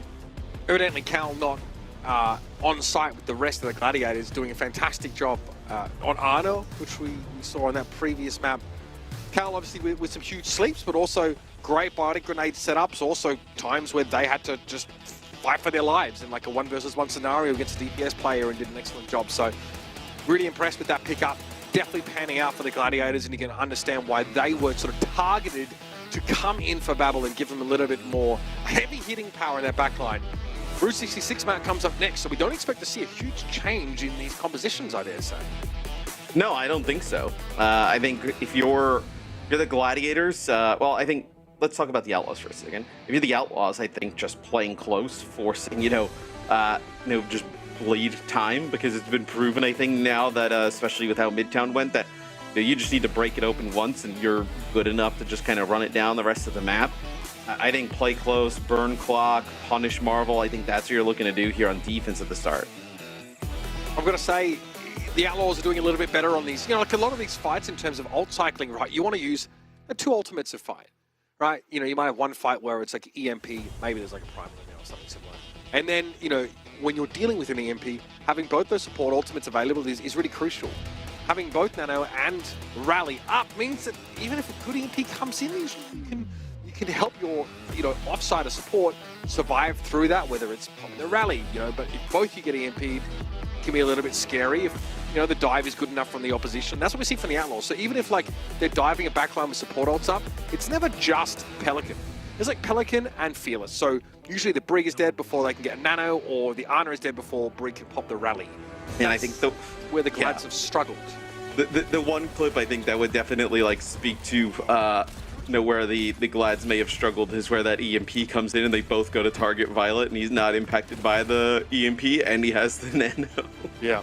I think that's the epitome of it, where you use the EMP, you're trying to get both supports, you only get one, and then the one support you don't get is the one you're trying to burn down. And I wonder if those two players have the same idea about which support they're trying to focus, because you'd think that Yaki EMP's there, and I think what fails to hit Shu. I think it was maybe Yaki thought that Violet was the target, and then I think it was Kevster whoever's following up. Maybe. I mean, they've played 13 games plus pro-am plus scrims. They should have a good idea of where we're going here with this, right? This is why we talk about communication. We kind of throw that word around, the other C word. No, not the one you're thinking. I'm Australian, but no, cohesion. Both of those words, seem so. I thought the other C word was croissant for Murphy. Cumberbund, actually, yeah. But sure, yeah. What did you? Hold on. What did you just say? Isn't it a croissant? Croissant. Yeah, that's the New York way of saying it. I'm sure there's a French way of pronouncing it, but it's the New York way. I'm gonna leave that one. I'm just not touching it. Don't warm it up. Leave it crunchy, almost hard. 3 minutes and 8 on the clock here. And they're better not fresh. They're better the ones in the plastic bags. Oh my goodness, this is war crimes. Right, Bubble in trouble. Bubble there. The bubble from Fearless make it very difficult for Cal to actually deliver the healing required. So Marvel stays low on health. Cal hit with a buyer from long range here. Eventually the follow-up came, but a fantastic sleep from Cal. So Fearless doesn't get the reward. Now looking to chase a bit further in, but the defensive Bionade's effects are still present, and Cal and Funny Astro slink away. Just look at the spot that they forced the supports into. They have the Nano Marvel because he's so deep that it's the first time Cal can get a little bit of a view. Our Marvel, he's so low, and they're going to be able to pick up the kill. Just that pressure from Fearless, just pushes the supports of the Gladiators so far out, but Kevster returns with a big pulse bomb. Yeah, virtually just erases what just happened there, which was the Glad's backline being too pressured to keep Marvel up. What a pulse from Kevster. And all of a sudden, look at this. The Outlaws are playing at mid-range, milling about. EMP follow-up. The Gladiators double down. Shoot. He just popped. Great follow-up from Kevster here. And this is successful defense so far. Why do you pop Rally? Why do you pop EMP? I'm sorry. Yaki, they picked him up. Okay, there's something here. Bubble with the primal, though, when Violet goes down. You've committed 2 ults to this fight. Houston, you better make sure you get a good result here. And they don't. They don't. Maybe they thought there was going to be another player returning a little bit faster there to be able to fight that. Maybe that the Rally Brig plus the EMP was going to be enough to maybe get a kill or two to be able to kind of push them back a little bit for when everybody came in here now. But you're just working off of this Fearless Primal Rage here. So that's Yaki's Translocator, and he ends up getting killed. Perfect. Remember, Yaki has no mobility outside of that Translocator. Can't dash, can't jump, can't skip away. No, just get flattened by Fearless as soon as he turns up. Fearless woken there by the whip shot. Funny Astro maybe wishing he'd not pressed that button, but hey, that's gaming. Kevster on the cart, keeps it stalled for a time here, but Fearless turns around. We're getting close to that checkpoint now. Gladiators very mindful of a potential Charlie 90 here. Kepster has another pulse bomb. So far they've been good, but Fearless isn't low enough to get an instant kill there. Kepster putting the pressure shoe down further, but she's going to be able to stay alive and build the nano to boot. That might go Fearless's way, and that's when things can get scarier for the Gladiators. The Outlaws are running out of time though. 40 seconds to work with now as Marvel heads upstairs. Yeah, and Kepster's holding on to this pulse bomb. I just wonder for what, as Cal gets knocked to the low ground there by Fearless, and that's going to be the nano on a Fearless. Yeah, I think Kepster just wanted to get rid of that pulse in some way, but Shu was ready to keep Fearless standing through it all. Shu's still playing together with Violet now. If they have the high ground, this is great positioning for the Outlaws backline. They've taken ages to finagle themselves into this spot, and you can see why it's so good. Virtually unassailable at this point in the fight, but Shu just free healing for the high ground. Yeah, as the Gladiators, I mean, this is just like Midtown, at least to start, right? Really good hold there on point A. Let's see if they can actually bring that into this second part of the map, though. That's what was their downfall on Midtown. They were not able to hold it all from really checkpoint A to B. This EMP from Yaki needs to be good. Yeah, how do you stop the momentum of the Outlaws with an EMP here? This is your biggest tool to avert a potential snowball scenario. It's also because, like, look at the area that you have to traverse, right, to get to the supports, right? It's pretty far. You have the opportunity here for Pelican to set something big up. It's not as easy. Like, it's probably actually easier as the payload makes its way a little bit further, maybe around this corner. That'll be the EMP, and you're going to get Shu for it, and you're going to get Violet, so that's huge. I'm really pleased with that. The Gladiators took the initiative, and they made use of the EMP, maybe even in like a weaker economic position, ult-wise. Yaki just goes in. They blow up the back line, and now the Outlaws have to figure it out from a standstill. Yes, now I think this is interesting because how do the Outlaws go about using their EMP, right? Like, lots of high ground. You're going to be able to hide a bunch of players. It's not easy to just kind of get in. So do you just try and EMP like maybe one or two targets? As actually they go for the EMP there, it connects to Kepster, but they're not able to finish him. And Kepster smashing that E key is just able to get away. So, no EMP follow-up really for the Outlaws. Fearless is in trouble, but it's an illusion. He has Primal Rage. Happy was hacked there, so it now gets caught outside of the fight, and that's a hacked health pack. How frustrating! He tries to get to his backline. Guess what? Cal had sent a Bionade in a collision cause with Happy's Dome. Yes, the Shu gets hit by that as well, so they're able to deal with Shu as... that was like the primal out of Marvel, and I didn't get a chance to see, like, was he really weak when that happened? All right, Yaki gets rid of the translocator. Pelican doesn't seem to mind. I kind of like how Pelican did it before, where waited for Yaki to be in the fight and then destroyed his translocator, right? That just ends up being a free kill on a Yaki, right? They're just destroying it while Pelican's not really in anything. Allows them to, they're just kind of move around. Cal gets dove pretty hard. Not even an overextension, man. Somehow Fearless and Pelican managed to get to Cal and walk around everybody. I don't know how they managed to get away with that one. The Gladiators maybe elsewhere, head in the clouds, maybe looking to set up a dive of their own, but dang, they really come up second best there. Until the Outlaws get a reprieve, they're able to start to build ahead of steam once more. Happy chases Marvel all the way in and takes him out, so you're going to have to wait for the tank to be back up yet again. So this sets you up. You can just land like, oh, what? Shu just left Yaki in there in a one-on-one and then just kills him. Absolutely ruined. That's an extra 10 damage per shot from Ana, really showing up, by the way. Allows you to solo kill. Again, normally it should help you with a Tracer, but I don't know. Might got some help with the Sombra, unclear. All right, Marvel, getting landed on. He was bought enough time to get back at the very least, but Fearless is going to be a problem here. In the doorway, not overcommitting, mind you, but sticking around long enough to stuff the supports back inside that hidey hole. Marvel's been able to stay alive despite the fact that his whole backline's been tied up, and now comes Yaki with the EMP, but just in time the Outlaws able to slip away. Pelican will have one of his own.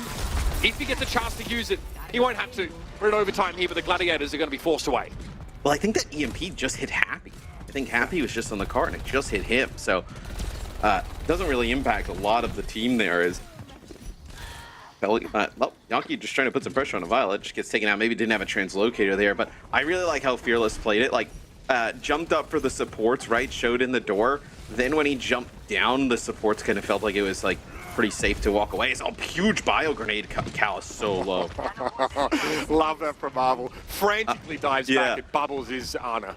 But what Fearless ended up doing there was after kind of like faking that he was going down low, popped Primal and came back up and was just bullying the supports back. I can't believe Pelican's hacked that health pack. That is so troll. That is actually huge here. So BM. Oh, can't get healed unless by Funny Astro! Oh my god, you could just see it happening, right? With that health pack hacked, Funny Astro had to use Girl Scout cookies to try and heal Cal up and couldn't afford them. 2 fights in a row as well. You lose Yaki really early. That allows the payload to get around the first corner, and then you lose Kevster straight away. So, you know, none of your damage dealers alive. They're sitting right on top of you with an EMP ready to go. Just, I mean, this push here towards the end has been like lightning fast. Yeah, I mean, they got a lot of progress just moving the card up with that little snowball there. All right, Pulse Bomb from Happy doesn't find anything. Kevster, though, hoping to do more than just play Marco Polo with his. Okay, that one whips as well. Happy's down, though. Whip shot. Funny Astro finds the kill. Violet decides to go for the rally. Stun there as Violet is the only one standing on point and doesn't have another support to play with. Shu, effective from the back line, now returning to the fiber. Yeah, that bubble was pretty good from Marvel. Really blocks up that line of sight for Shu. Really nice bubble there from Marvel at the end to deny any type of healing that Shu could have gotten through. So the cart gets really close, but does not complete. So the Gladiators looking at basically a map completion here to try and keep them alive in the series. Not bad for the Glads, despite, you know, these short bursts and where Houston are able to get ahead very quickly. You've got to be, again, much like Midtown, you've got to be pretty impressed with the showing, and preventing the Outlaws from finishing the map is a huge, huge deal. Now, you need to stick the landing when it comes to how you execute with your dive composition. No funny business, no echo. Let's get these EMPs on lock. The Gladiators team clears half the league if they play like this on any other day. That's crazy. Is like, where has this Gladiators team been for like the last like 6 games, right?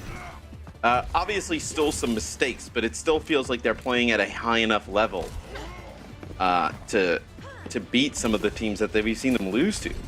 It's not even necessarily Kevs to go kill anymore either.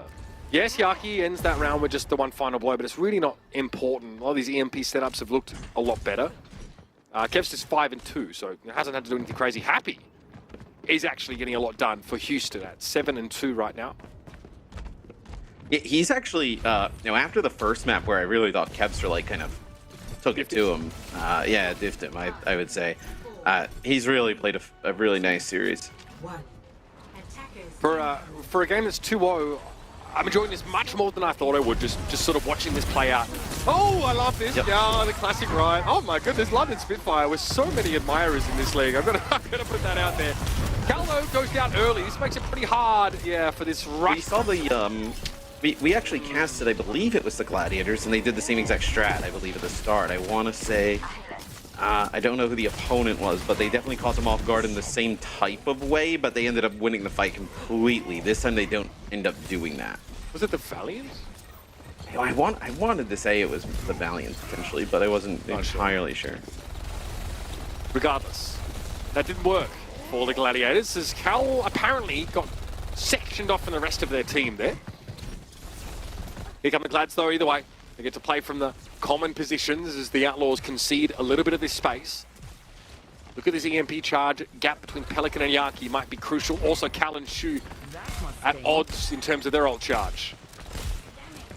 So you kind of have that little pocket strat at the beginning. It gets you, maybe affords you to kind of get around this first corner, but Shu already with this nano. The guys operating on multiple axes here. Oh, the sleeve's no good for Cal. They can't get to the health pack in time. That hurts. Just a nano expended for that fight is extremely high value. Ooh, Fearless. That almost would have been another free translocator there at the end. That would have been nuts. All right, 2:27 to play here. The Glads again have to start from a standstill. I think about EMPing here from the Outlaws. Like, oh, yeah. Yep, pretty good. That definitely doesn't suck, Matthew. Yeah. I mean, Pelican got hacked there, but still able to get away easily. I think it just constantly is just putting on more pressure for the Gladiators to potentially have to use ultimates to get out of this position. And the payload is at a spot where you're going to have another fight or maybe 2, depending on like how it rolls back. So I actually really like that idea. So, odds favour the Gladiators here with Marvel being able to primal his way in and Shu already out of the picture. So all of a sudden the Gladiators have catapulted themselves into a fight-winning position. Fearless. Okay, so he had time there to use primal. He realizes they don't want to do that without Shu. So the Outlaws concede this fight happily. Yes, they'll back up here, and we'll see where the payload kind of like ends up. But you see, it's going to make it around what maybe the next corner, get to the next corner by the time Fearless is back. See, Fearless already back, so you take another fight here if you want it. Cal hit Fearless with the Bionade as soon as he came in, then slept him, so the dive from the Gladiators was much more successful. But Primal for Fearless, so anything could happen now, especially now he's playing inside the caverns.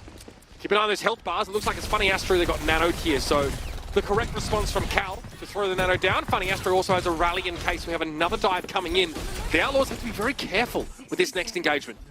Yeah, well, I mean, Violet ends up building the rally there, and you actually don't even end up losing Fearless, right? Fearless doesn't fall. Shoot! Almost got caught there. Oh, Marvel's in trouble though. Primal, okay. Forces that out. Violet's able to find the rally there. Shu got sectioned off for the rest of his team. Yaki's a little low, but back Cal turns up in the kill feed again. What a rising star. What a prospect Cal has turned out to be. And here come the Gladiators once more. That's an easy checkpoint. 3 minutes to play. Yes, although Marvel gets low, uses the Primal to kind of force the supports all the way out, and once they lose Happy, there's just not enough damage to really make a play for the back line. So you mentioned really fantastic stuff from Cal. They were able to take out Happy, and then also land some other big shots and biotic grenades and other players. I really feel like the Gladiators support line has played well today. I think if you kind of take like one thing from the series, like I think Kevster started off like hot really early. I think Happy's played better over time. Yeah. EMP's been a little bit wonky, but I think the supports for the Gladiators have really had a strong day. See, like right here, right? You get rid of his translocator, but he's not. Yeah, but it doesn't matter, right? Like he's not even in the fight. If anything, it allows him to put the translocator closer, like where he's about to EMP, right? It also allowed Houston to kind of regroup there, really set up on the second point. Even so, Pelican slept in the backline right now.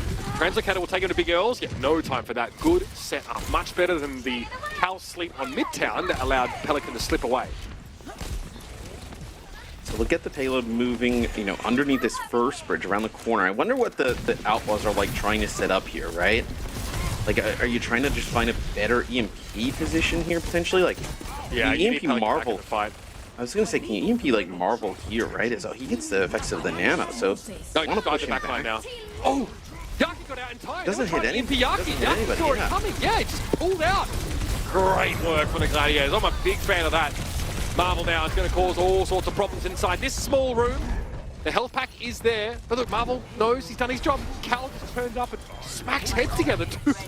Final blows for Cal? Okay, all right, I'm convinced. Yeah, don't wait for your DPS to do it, just do it yourself.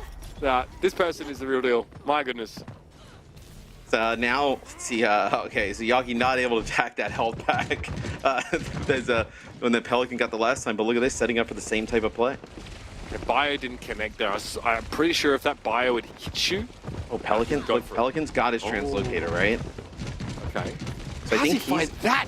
I think he's waiting for him to get into the fight, maybe? Well, he missed his chance. This is bad for Houston. They're getting snowballed. And Pelican had a real chance to make something happen there, but instead opts for something else. Still, Happy and Pelican make their own foray into the backline of the Gladiators, and Los Angeles have lost their staying power via their supports. With Fearless dealing with Yaki. You have Primal here, so you can keep this. You can keep the payload where it is if you need to, but oh, come on. Okay, that was close. Kevster was breathing down his neck, and it looks like it was actually Happy. They're able to kind of like put some pressure on the cart as well, so the cart doesn't just roll on down. As it was starting to look pretty good for the Gladiators, but I mean. Cal, it's such a these are really tough spots for the supports, right? Because like look how narrow those like chokes are, right? There's like not a huge window to move through, right? You have to kind of go into some of these really tight corners, and that allows just the Winston to just get it right on top of you with the leap, and then just takes one other player a little bit of damage to finish you off. It was a manual hack too. They're the ones that the Gladiators are going to want to have back, right? Didn't even force an EMP out from Pelican, and Cal gets served up as a tasty morsel. Everywhere. Oh, Yaki! Oh, help Yaki, somebody, please! Help the guy. Okay, he got out. Translocator thrown, under a lot of pressure. Sleep. Hack. Fearless with Primal, though. Okay, Marvel dies as he tries to go for a dive of his own, and now we're under a minute left in the round. No bio connect there for Shu as Cal picked off Shu at long range. Who we give the player of the match regardless of the result? We do a Dia? Is that what it's called, the Dia? Oh, was Dia not the only person to ever get player of the match in a losing game? I want to say maybe. yes. Oh, all right, there it is. EMP eventually for Pelican. Pelican rather, and yeah, Cal, nothing they could do about it.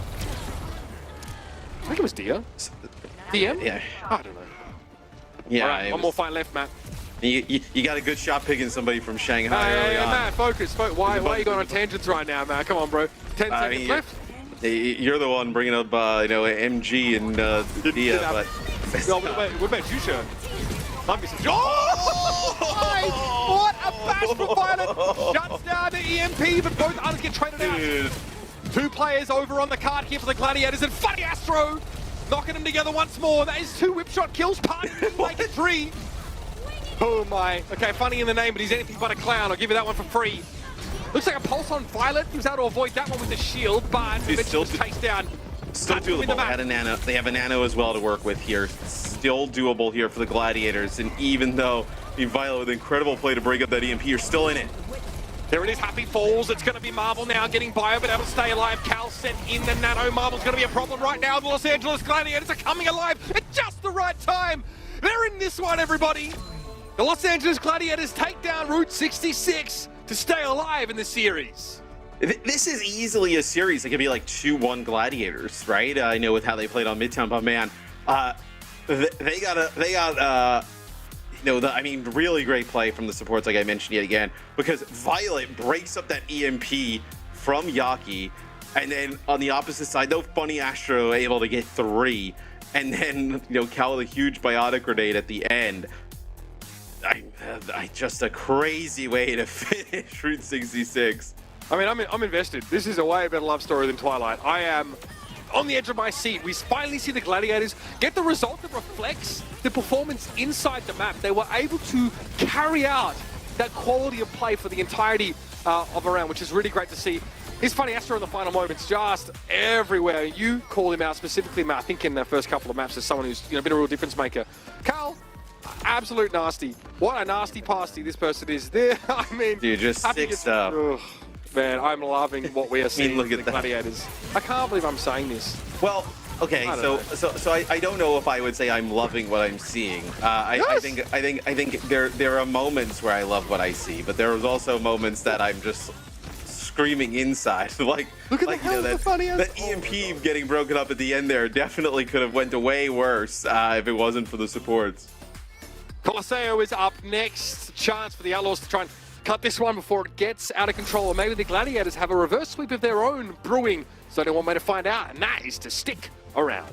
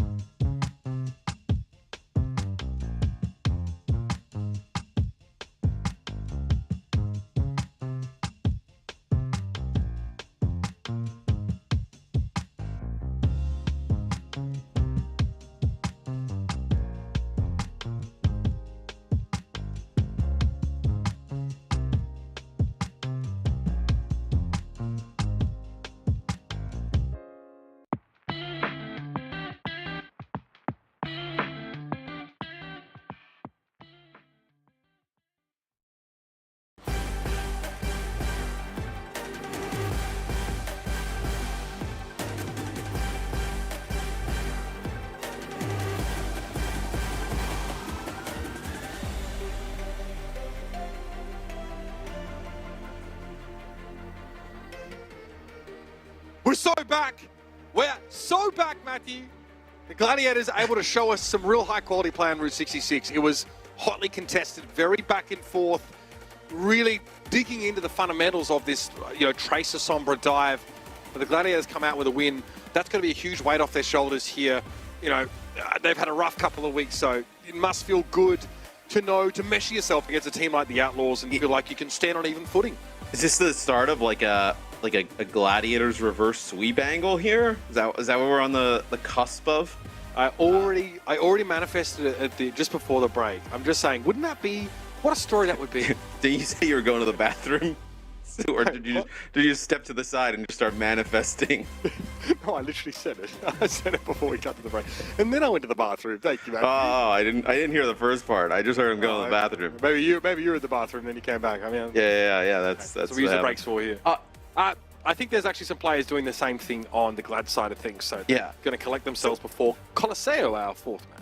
It's definitely on the table, right? I think that the Gladiators have played good enough today to get to a game 5. I also think they played good enough today, with how the first 2 maps went, right? That you play Echo the last point, it doesn't really pay off. You're about to full hold on Midtown, you end up giving it up. They kind of run down the rest of the map. Like, you're close in those first 2 to where this is a map that could be a decider in your favor, right? It could be kind of a little bit of a back and forth where you're like, man, you just wish you saw this Gladiators against some of the other teams, right? Because those would have been very winnable games. Yeah, I mean, I think the TVA just kind of pruned the timeline in which this is a 3-0 for the Gladiators. If those things that you mentioned had actually gone right. The reality we're in, it still isn't terrible. It does mean the Glads have to win the next 2 in a row. Let's talk Sombra players. Pelican and Yaki in this head-to-head. What are your thoughts? Yeah, and this is just from Route 66. So, obviously, Yaki doing a great job, being able to kind of land those hacks and also big EMPs, which when you're actually watching the game, it actually looked like Pelican was getting much more value out of those. But maybe it's because of the damage that he's putting down after, right? And the final blows and the kill feed. Again, these hack assists, right? For me, that definitely does it. Pelican obviously, able to do a lot of stuff solo. There was, I think, a really crucial fight in the last phase of the map where Pelican, just hacks Cal and is able to sort of turn that into a kill. Just a manual hack, nothing fancy, no frills. For whatever reason, probably Funny Astro wasn't in a position to throw a repair pack towards his Ana. That's the kind of stuff where you can really get a huge lead build up without having to use ultimates to get easy fight wins in that way. Colosseo up next. Such a quintessential map for the Outlaws. So many of their, I say this every time, I feel like so many of their biggest moments of the last couple of years have happened on this map. The Gladiators, though, they need to subvert that trend of history, I suppose. Keep this series alive, and hey, they looked pretty darn good on Oasis in the dive mirror, no less. Can they do it here, and can they get to Busan and make it happen for themselves? Yeah, and a lot on Colosseo kind of matters around that first fight, right? What do we see happen with this first fight? What do they come out and play, right? We've seen some Sojourn, I think, from Kipster early on in the series. We've seen teams play, go with some Hanzo looks here. So obviously some different things you can go with here in Colosseo to maybe get those first picks. We get some of those soon with the discovery of a potential superconductor material. It's a great storyline to keep track of. Science and tech, everybody. I'm big, I'm big on that stuff. You're big on that. I seen your NASA hat. Yeah, big. You don't mess around. Big fan of space. There's a lot of stuff out there. Right, Houston. He came out on the Junker Queen setup. Like this a lot. Okay, just a commanding shout to send the team forward, I think, and then over to the Windstone. Yep, it looks like both these teams are pretty comfortable on this. Oddly enough, so I think the Outlaws are better at this composition, but does it somewhat favor the Gladiators that they've played this all series and they've looked pretty good on it today? I mean, it doesn't. No translocator. He had his translocator destroyed, yeah. That'll do it. That's pretty crucial. Pelican's done a great job of sniffing those out. That requires it seems like he always knows where Yaki's is.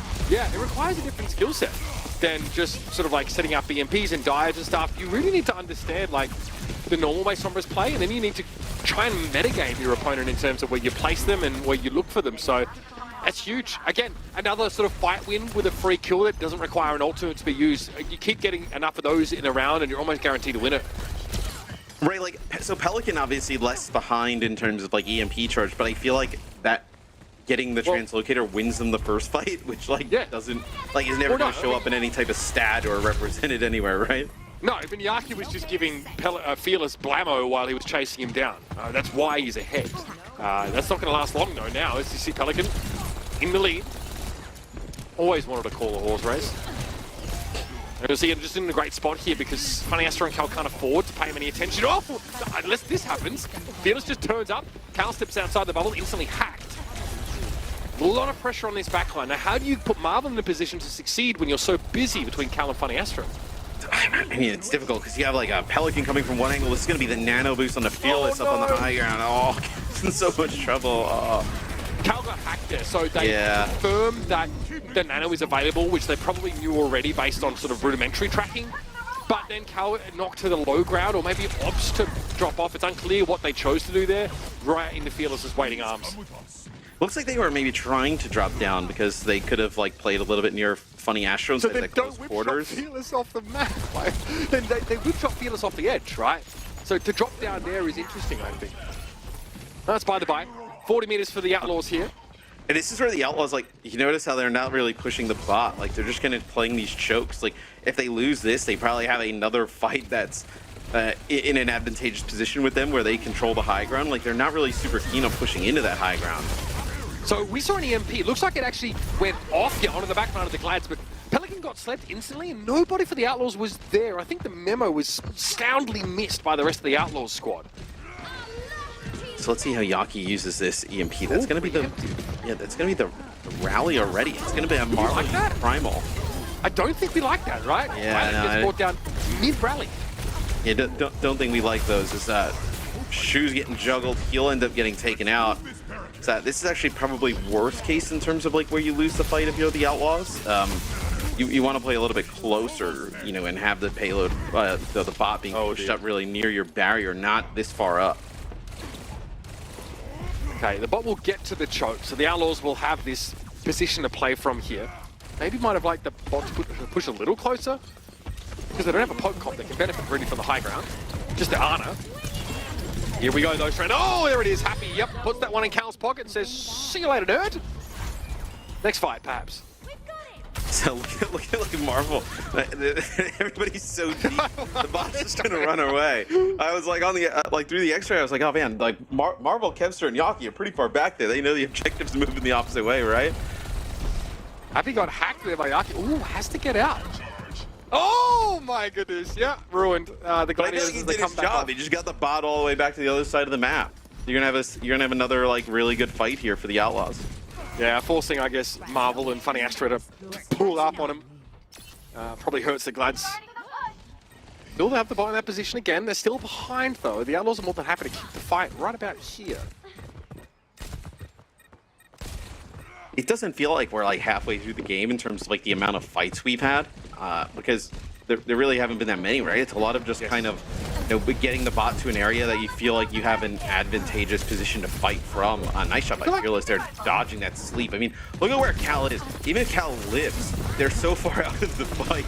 Yo, the hack though, that's so sick. Yeah, Fearless. That seemed really forced by Houston. That whole fight, at least from Fearless's perspective. Yeah, I mean, absolutely, right? I mean, he gets really deep, but you know, there's nobody there to help follow him up. Yaki just turns around, gets a hack on him, and there's nothing he can do. He's all the way across the map. So the follow-up's there though. Marvel, flattened, Violet emerges, makes a Kimbo and is able to dominate the Winston as he got hit with the EMP. Oh, Happy just jumps over the sleep. Okay, maybe just good luck there, but either way, Happy won't mind claiming credit for it. Pulse bomb here for the Houston Outlaws Tracer.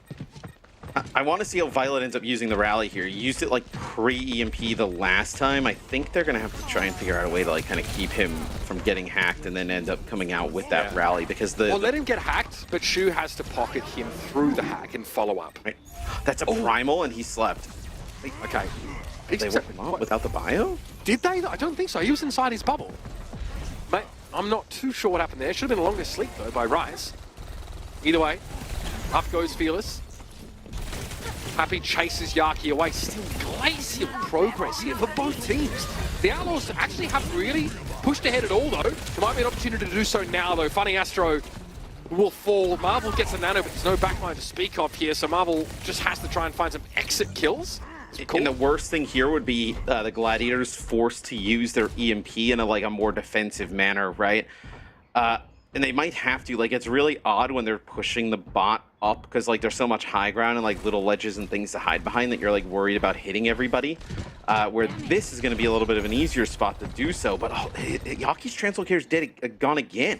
Yeah, he can't do it. So now he's going to have to wait.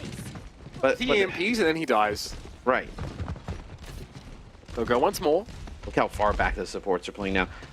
The Outlaws, look at this. They don't even seem to care to push the bot any further, right? They're totally okay just playing this. This can blow up in your face, though. If you lose a fight in favored territory, which is where yep, that's not good. Pulse, no good either. 2 DPS ultimates down, no result. Come away with nothing but dust and disappointment. God, you hate to be in that position for the Glads here now. Fearless with the primal. You got a late EMP in this fight. You can probably really start to get in the lead here. Pelican just finds that one organically. Free range of kill on Yaki. Cage free, of course. I mean, that EMP is so bad because right, you're below 3 minutes. If you would have EMP'd a little bit earlier and just got 1 kill, right? I mean, look at where we are in terms of meterage. You probably would have taken the lead. And now, because Pelican's got his EMP here in this position, it allows the Outlaws to potentially blow the game open. Why do you think Pelican's holding it, though? I mean, I think he's probably holding it to use it a little bit more defensively, right? If the bot starts to move back towards their side, you can totally use it. I believe that was the nano there on a Violet, but it just gets burnt out. May have gotten hit with a bio. So, nice job there from Kel. So, okay, even the Outlaws play in a safer position now on their side of the map, I think the Ana will be staggered somewhat, and Violet's also pretty slow back to the fight here. So this is a little bit scary for Houston. The bot will advance a little further and may even equalize, get close at least. All right, they're playing again on the precipice. Both these teams. Pelican's delayed. His translocator's gone. All right. But this is an easier EMP, right? Because you know that the players are going to have to play up on that bot. What way's the follow-up? He just burns down Kepser. He's got to contest. Yeah, they got to keep it contested because the bot's going to... 40. Oh, they've given it up. They've given it up. Now the Outlaws have to start to play more aggressively here. They let it slip, and it's Marvel getting nanoed on the high ground. That not only means the Outlaws can't follow up on the EMP, but they can't contest the bot. And now the Outlaws are walking into the same type of position that they were just kind of on the opposite end of, where you're going to be able to use the EMP if you're Yaki a little bit more defensively if you wanted to. Okay, Ana for Tracer Trade. This is what I mean about that defensive style, Matt. If you lose a fight in favored territory like they just did, then it's all for nothing. All for nothing. God, less than a minute left. The Outlaws might have let this one slip, Matt. I don't know. They've got a rally here at the very least. It's going to allow Shu to get topped back up, and Marvel's Primal stuffed a little bit. We'll head back to his side of the map, maybe on the way, some disruption. Maybe stop off for a snack in Violet's direction. I don't know, man. He can't die here! I'm not going to call anything, right? Because 30 seconds left, Yaki's got his EMP. Sure, you're great to set up for that, but the last EMP was disastrous. This one needs to get, real big value. And now that you don't have Marvel, I mean, are they going to take the lead off this? They're going to get close.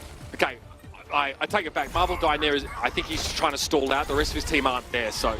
That's a huge kill on the translocator, but Funny Astro's gone down. Happy's able to find that kill on his own. Hanging about. 7 seconds left in the round. The Gladiators have a lead by 3 meters, but it's about to get completely quenched. Here come the Outlaws once more. EMP for Yaki, but there's nothing there. No follow-up. Just another wave of disappointment and depression for the Los Angeles Gladiators, who let yet another win, or at least an even series, slip through their fingers.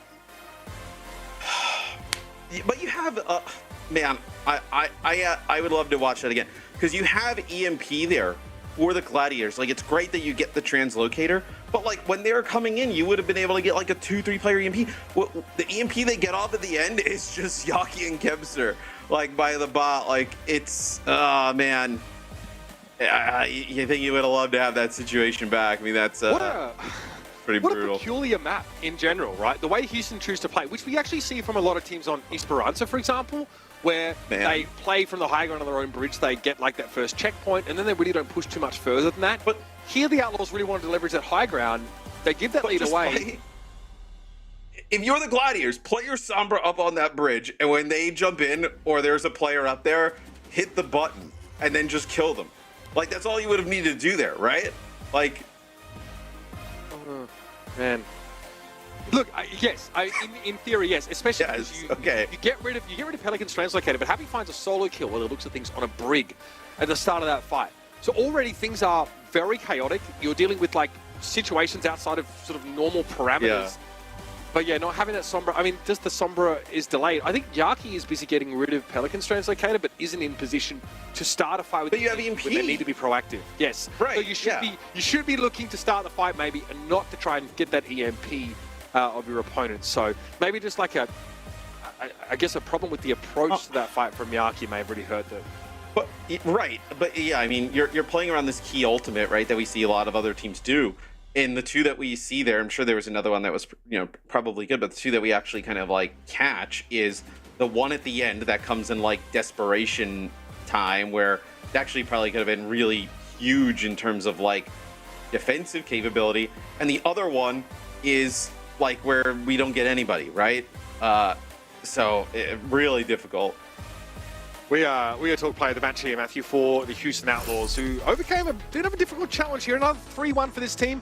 We're going to give player of the match over to Happy. It was a slower start in this series, but Happy has a really tough job. Look, constantly looking for Kevs to play reactive. That's just dirty. You don't see that very often. And again, being the player that is less setting the pace and more responding to what Kevster does, eventually we see Happy able to stretch his legs a little bit more. I know Pelican mentioned in an interview recently he would love to get back on the Tracer, but I think Happy's got that role on lock for now. Oh yeah, I mean, Happy looked really strong today in the Tracer role, especially after bouncing back after like what I would consider a pretty rough map 1, right? Like Kevster was tremendous in map 1, and some really awesome pulse bomb sticks, and then the big kill at the end on the Funny Astro, right? I mean, that sets them up to be able to get the bot over the line. Is I mean, a 60% pulse bomb attach rate, really low in deaths, considering like map 1, he was dying like all the time, right? Keeping it low for the remainder of the series. Like one final blow I think he had for that map. Yeah, so Happy like not delivering in like sheer volume of final blows, but he was being more considered, a bit more measured in his approach. I think we saw a real play style divergence between him and Kevster, but he was dying very infrequently. And when he came in with the pulse bomb, when it was like, okay, we need to win a fight sort of fairly cheaply, the pulse bomb stick is good. It's on Briggs, it's on Ana, it's on a Tracer even in some occasions there. So Happy really gets the job done. He's not playing flashily. But the rest of his team allow for this. He doesn't have to. And I think if you're the Gladiators, like this is another series. Obviously it results in a loss, but it's one that you're a play or two away, or a different way of using an ultimate away from being in a game 5, or actually even being up. Like there's a real scenario. They're up going into Colosseo and they win the series. So I think that's another really tough loss. And like, you would say, hey, go back and watch the film and get better, but like you don't have much time, right? Like we're at the end of the season here. These are some of these mistakes would have been fine a few games ago, but like at this point, these are the ones you gotta win. Yeah, 5-9 now. The Gladiators, those hopes of a playoff berth starting to get too far out of their reach. Still though, we're going to come back after a quick break. We're here from our desk to break down the match that was, and of course we've got much more for you on this Saturday of your Overwatch leagues. Stick around, we'll be back soon.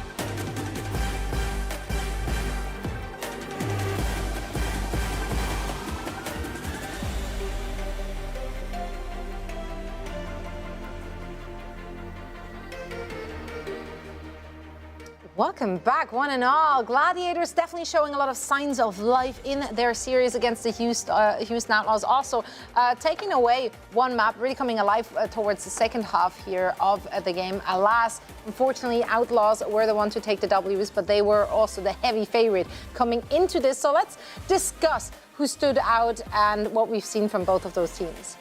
For me, I think Kevster in that first map, he was just incredible, you know, lighting it up on Tracer. I think he had some ridiculous stat line, like 14-2 on Oasis. And so I was honestly surprised when Outlaws was able to take this map in the face of a Tracer performance like this. A lot of pros have talked about how Tracer in this meta, when you're just landing all your pulse bombs, it feels impossible to win against. And somehow Kevster put up that performance and still lost the map. And I feel like that was a moment where I was really worried for the Gladiators. Like, you just can't ask for more variables than this from your Tracer. So really, really impressive stuff. Yeah, 60% pulse attach, but Happy kept that up the whole series, 60% pulse, which is a really crazy stat line. And so even though Kevster played so well, right, it's just matched by Happy, and then the team play from the Outlaws is on another level. I do feel like, though, honorable mention to Cal and Funny Astro, their combos and synergy were really on point. They fought back really well against the Outlaws dives and played really well that match. But again, I'm just sort of like, good, but not good enough. I mean, the Outlaws were just better across the board. Yeah, it's kind of a shame when you have someone like Kevster popping off like that on one map, and then you have the entire Houston Outlaws doing that every map as a team together. Annoying. Because it is, you know, incredible team play, right? And, you know, when you're all on the same page, but also you're all like winning your own individual battles, it just makes it easier for everyone, right? So, I don't know, you two are like... No. What? Yo, Danny, what's going on? Nothing's going on. I was agreeing with you, and you know, I also think, I mean, Gladiators, sure, they did lose, but I mean, compared to yesterday, I do also think like they looked a lot better when they were up against Houston Outlaws. Maybe it was the opponents they were playing. This was the best they've looked. Yeah, I know. It's just rough because it might be too little too late, as I think Mitch was mentioning, right? It's like, or Matt said it, right? You can look back and say, we're making progress, guys, we can improve. Yeah, well...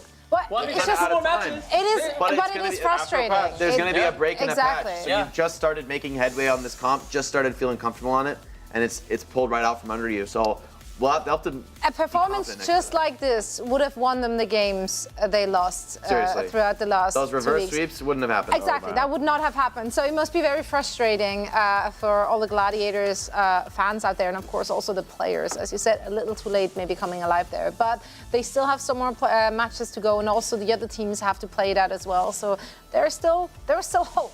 Never give up. Never give up. There's always hope. There's also a lot of incredible moments, of course, transpiring on the server. And Johnny, you saw something incredible. You picked out some mind games for us. Would you please walk us through those? Yeah, I saw a nice little moment. So did Jake. He was very quick to mention that he also saw it. So we noticed a little moment here at the start of Colosseo. Maybe you noticed it at home too, but I'm going to point it out for you that didn't see it. So, I mean, we're obviously playing the same composition that we always do. It's Tracer Sombra, right? For both teams here, they're both going to play Tracer Sombra, and this was what they played throughout pretty much the entire series. Now, you know, you got two Sombras that are invisible, walking around, navigating around the map. We can just see how that plays out at the very start of Colosseo. So Yaki here, rotating towards the Houston Outlaws spawns. We can play this one out, and we can see, you know, he's doing a little bit of scouting. He's like, whoa. There's a translocator right here. Look at this. Wow. Cheers. Hey, teammates. I just found a translocator. So if you find the other Sombra, I can kill this translocator and we can win the first fight by killing Pelican. All right, let's jump over to Pelican's POV and see what's going on here. So, you know, okay, you found the translocator. Great job, Yaki. Wait a minute. Wait a minute. Pelican rotates around the other side and he says, guys, I found a translocator. So if you guys find Yaki, then I can kill Yaki's translocator and we can find him. No, actually, hold on a minute. Pelican, he is so smart that he knows that Yaki's translocator is here, which probably means that Yaki found Pelican's translocator. So he's communicating to his team, jump to my translocator so we can play this one out. And you can see that Houston Outlaws, they're not like looking around to see their backline. Instead, we can pause this one as Fearless. You know, we can go ahead a little bit more. Pause. Uh-oh. Fearless is already here before he's killed the translocator. Pelican has already communicated to his team where Yaki is before he's even done anything to show himself. So they're going to kill Yaki's translocator. You can play it out. Fearless is already here, before Yaki has even touched Pelican's Translocator, and they're that good at communicating. They're that good at mind games. And Yaki goes down here in the very first fight because Pelican and the Houston Outlaws, they are so smart. They just know where Yaki is without him revealing himself. So, small little detail, but I thought that was so smart from Pelican and the rest of the Outlaws, That was great. knowing where Yaki would be. It's such a moment, it's like, haha, find the translocator, alas. Me too. It's funny, but in the Sombra metas, man, like late in the meta when people have really practiced and played it and know the playstyle really well, that was kind of what we always see develop in the Sombra metas, where the Sombras end up hunting each other's TPs for like half the game because it's potential for like that free pick to open up the fight. It sort of can be a challenge because if neither Sombra gets caught, the one who's farming is going to get ahead on EMP. So there's a lot of mind games to it, but it is cool to see that coordination aspect from the Outlaws, the gambling, knowing each other. Chris just went. He just like, okay, Pelican, I go. I trust you. There it was. Say no more, hold my cannon, whatever his gun is called. Tesla What is cannon. it? Tesla cannon. I was close enough. There we go. Now, we do, of course, have an interview with the winners as well, and it is everyone's favorite. Who is it? Shu. Shu. Yes, we got Shu on the line. Shu, 안녕하세요. 슈 선수 안녕하세요. Can you hear me? 들리시죠? 안녕하세요. All right. 네. So another great victory for the Houston Outlaws. Tell me, how'd you guys prepare for this match against the Gladiators? Was it just business as usual, or did you guys have something specific up your sleeves? 자, 오늘 경기 승리 축하드리면서 오늘 경기도 좀 원래 그냥 하던 대로 준비를 하신 건가요? 아니면 좀 이렇게 좀 특별하게 글래디를 위해서 좀 준비한 게 있었나요? 네, 딱히 글래디전을 위해서 준비한 건 없고 그냥 그렇게 신경을 안 썼는데 생각보다 조금 힘든 경기가 돼가지고 조금 네 오늘 경기가 좀 힘들었네요. 저희가 좀 못한 것도 있는데 뭐 글래디 경기를 따로 준비하진 않았습니다. All right, nothing really specific for the Gladiators. I do want to say that it was, I think, it was harder than we had expected. The match was a lot difficult going up against the Gladiators. I think it was partially because we made a lot of mistakes. Do you think you could elaborate a little bit on that, on why you thought that it was sort of a difficult battle against Gladiators? 방금 말씀하셨다시피 좀 오늘 경기가 예상 외로 좀 더 힘드셨다고 했는데 그거에 대해서 조금만 더 디테일을 주실 수 있을까요? 좀 어떤 점에서 좀 이렇게 좀 어렵다고 생각하셨는지. 막 그렇게 섬세하게는 잘 모르겠는데 일단 캡서가 좀 많이 잘했고 오늘 경기에서 그다음에 저도 좀 개인적인 실수들이 조금 많았어가지고 힘들었던 것 같아요. 제가 좀만 더 잘했으면 66도라든지 다 쉽게 이겼을 것 같은데 살짝 아쉬웠어요. Yeah. I can't really get into the detail. There's not a lot of details I could provide, but I mean, in general, I think it was Kevster was just popping off. He was a menace during the match, and also I made a lot of mistakes, which led us also lose Route 66 as well. If I made a little bit less mistakes, I think we would have won the whole match more easily, and also probably would have won Route 66 as well. But I mean, at the end of the day, you guys were the better team, and that's how you guys won the fight. So Houston Outlaws, I think you guys have 2 more matches coming up. That's the very last 2 matches of the regular season, and that is in a couple weeks. So, Shu, are you sort of worried at all because you guys will be playing on a new patch and maybe possibly in a new meta? 자, 두 번째 질문으로는 이제 마지막 정규 시즌 2경기가 아마 제가 알기로 몇 주 후에 있을 것 같은데 이제 휴스턴 팀이 아무래도 이제 그때가 되면은 이제 좀 새로운 패치에다가 또 잘하면 새로운 뭐 메타가 올 수도 있기 때문에 좀 그거에 대한 좀 예상이나 좀 어떤 좀 걱정이 되거나 그러시진 않으신가요? 네, 저는 솜브라 트레이서 메타가 너무 싫기 때문에 빨리 새로운 메타가 왔으면 좋겠어요. 너무 트레이서가 너무 사기예요. 진짜 너무 보는 사람도 지루하고 하는 사람도 지루해가지고 얼른 그냥 기대되네요. 이제 새로운 힐러가 나와가지고. All right, so I'm gonna say that I'm not too worried about the new patch or the new meta because we've been in the Sombra Tracer meta for so long, and honestly, I'm just very excited to be out of it. I think it's very boring to watch and it's very boring to play. Tracer is just too OP. I'm excited to move on to the next new thing. All right, I'm gonna end the interview right here. Thank you so much, Shu, for your time. Again, big congratulations on the win. 감사합니다. Thank you. Always great to hear from Shu himself. And I mean, his face said it all. Are you worried? And he's like, I think they should be careful. Please. Some of these teams asking to change up the meta a little bit, but they're doing really good right now. If you're Houston, you got to be pretty comfortable winning at least. Yeah, that is true, but I think it's beyond that. It's like you want to shake up because I think even for the Outlaws, right? This is like an okay meta. I mean, you're really happy to have Fearless on Winston. I think that's like your biggest win. But Shu and Violet, Pelican and Happy, these guys are not just superstars on the current meta, they're extremely flexible players. And so a shakeup can really benefit players who thrive in that environment because they don't need to like learn these new heroes they might have to play. They're already strong at them. So other teams might feel the pain and they're going to be super happy adapting quickly. And also, we'll see. And then if you're a real strong team, whether it's a new meta, they should be confident enough to still be at the top. And it's just more fun, mix it up. Mix it up. Yeah. That's right. Well, I personally enjoy every meta, so it doesn't matter to me. That's right. Just enjoy good Overwatch. Well. Except from a few. Let's now go to the dark times, Johnny. Let's take a look ahead, though, at what's in store for us today. This was just the first match of many more to come. In fact, 2 more to come. New York Excelsior and the Washington Justice are our next match coming up, and we do want to discuss those 2 teams. Taking a look at the starting lineup first here of the New York Excelsior. What can you guys tell me about these gentlemen? I think for me, what jumps out is how much better this team looks with OG in the lineup, whether that's from calling or individual plays. They look stronger, more comfortable. I think Psycho has really come into his own, and Shockwave's been a really consistent performer all season. Of the players who's like kind of coming into play hit scan or just like backline heroes, that's pretty much what Shockwave's done this season. He seems like one of the most consistent in that role. Even players like Kai have kind of struggled to get playtime where Shockwave has succeeded. So impressive stuff from him in the DPS line. I think New York just looks well-rounded right now.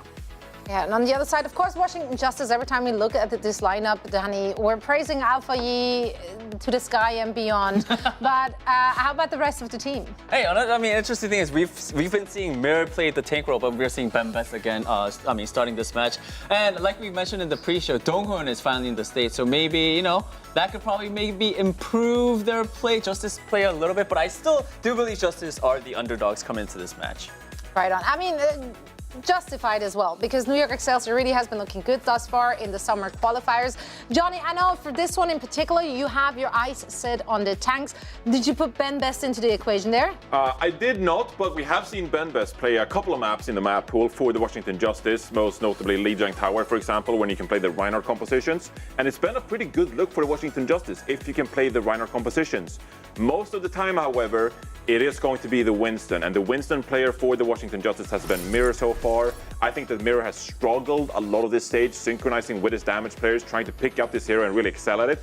And if you compare his statistics to Kellan, for example, you can see that in pretty much every category, Kellan has him beat. Primal Rage kills, still up there for Mirror, two per every 10 minutes. But take a look at the death stats, dying 5 times for 10 minutes, whereas Kellan stays alive more and gets a lot of these eliminations and front blows. Some of that is obviously, of course, context going to be that Washington Justice has struggled and lost a lot of maps. That always goes into these equations.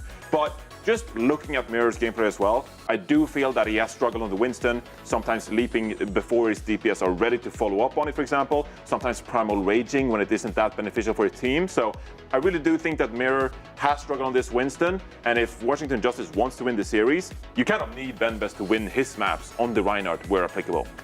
Absolutely.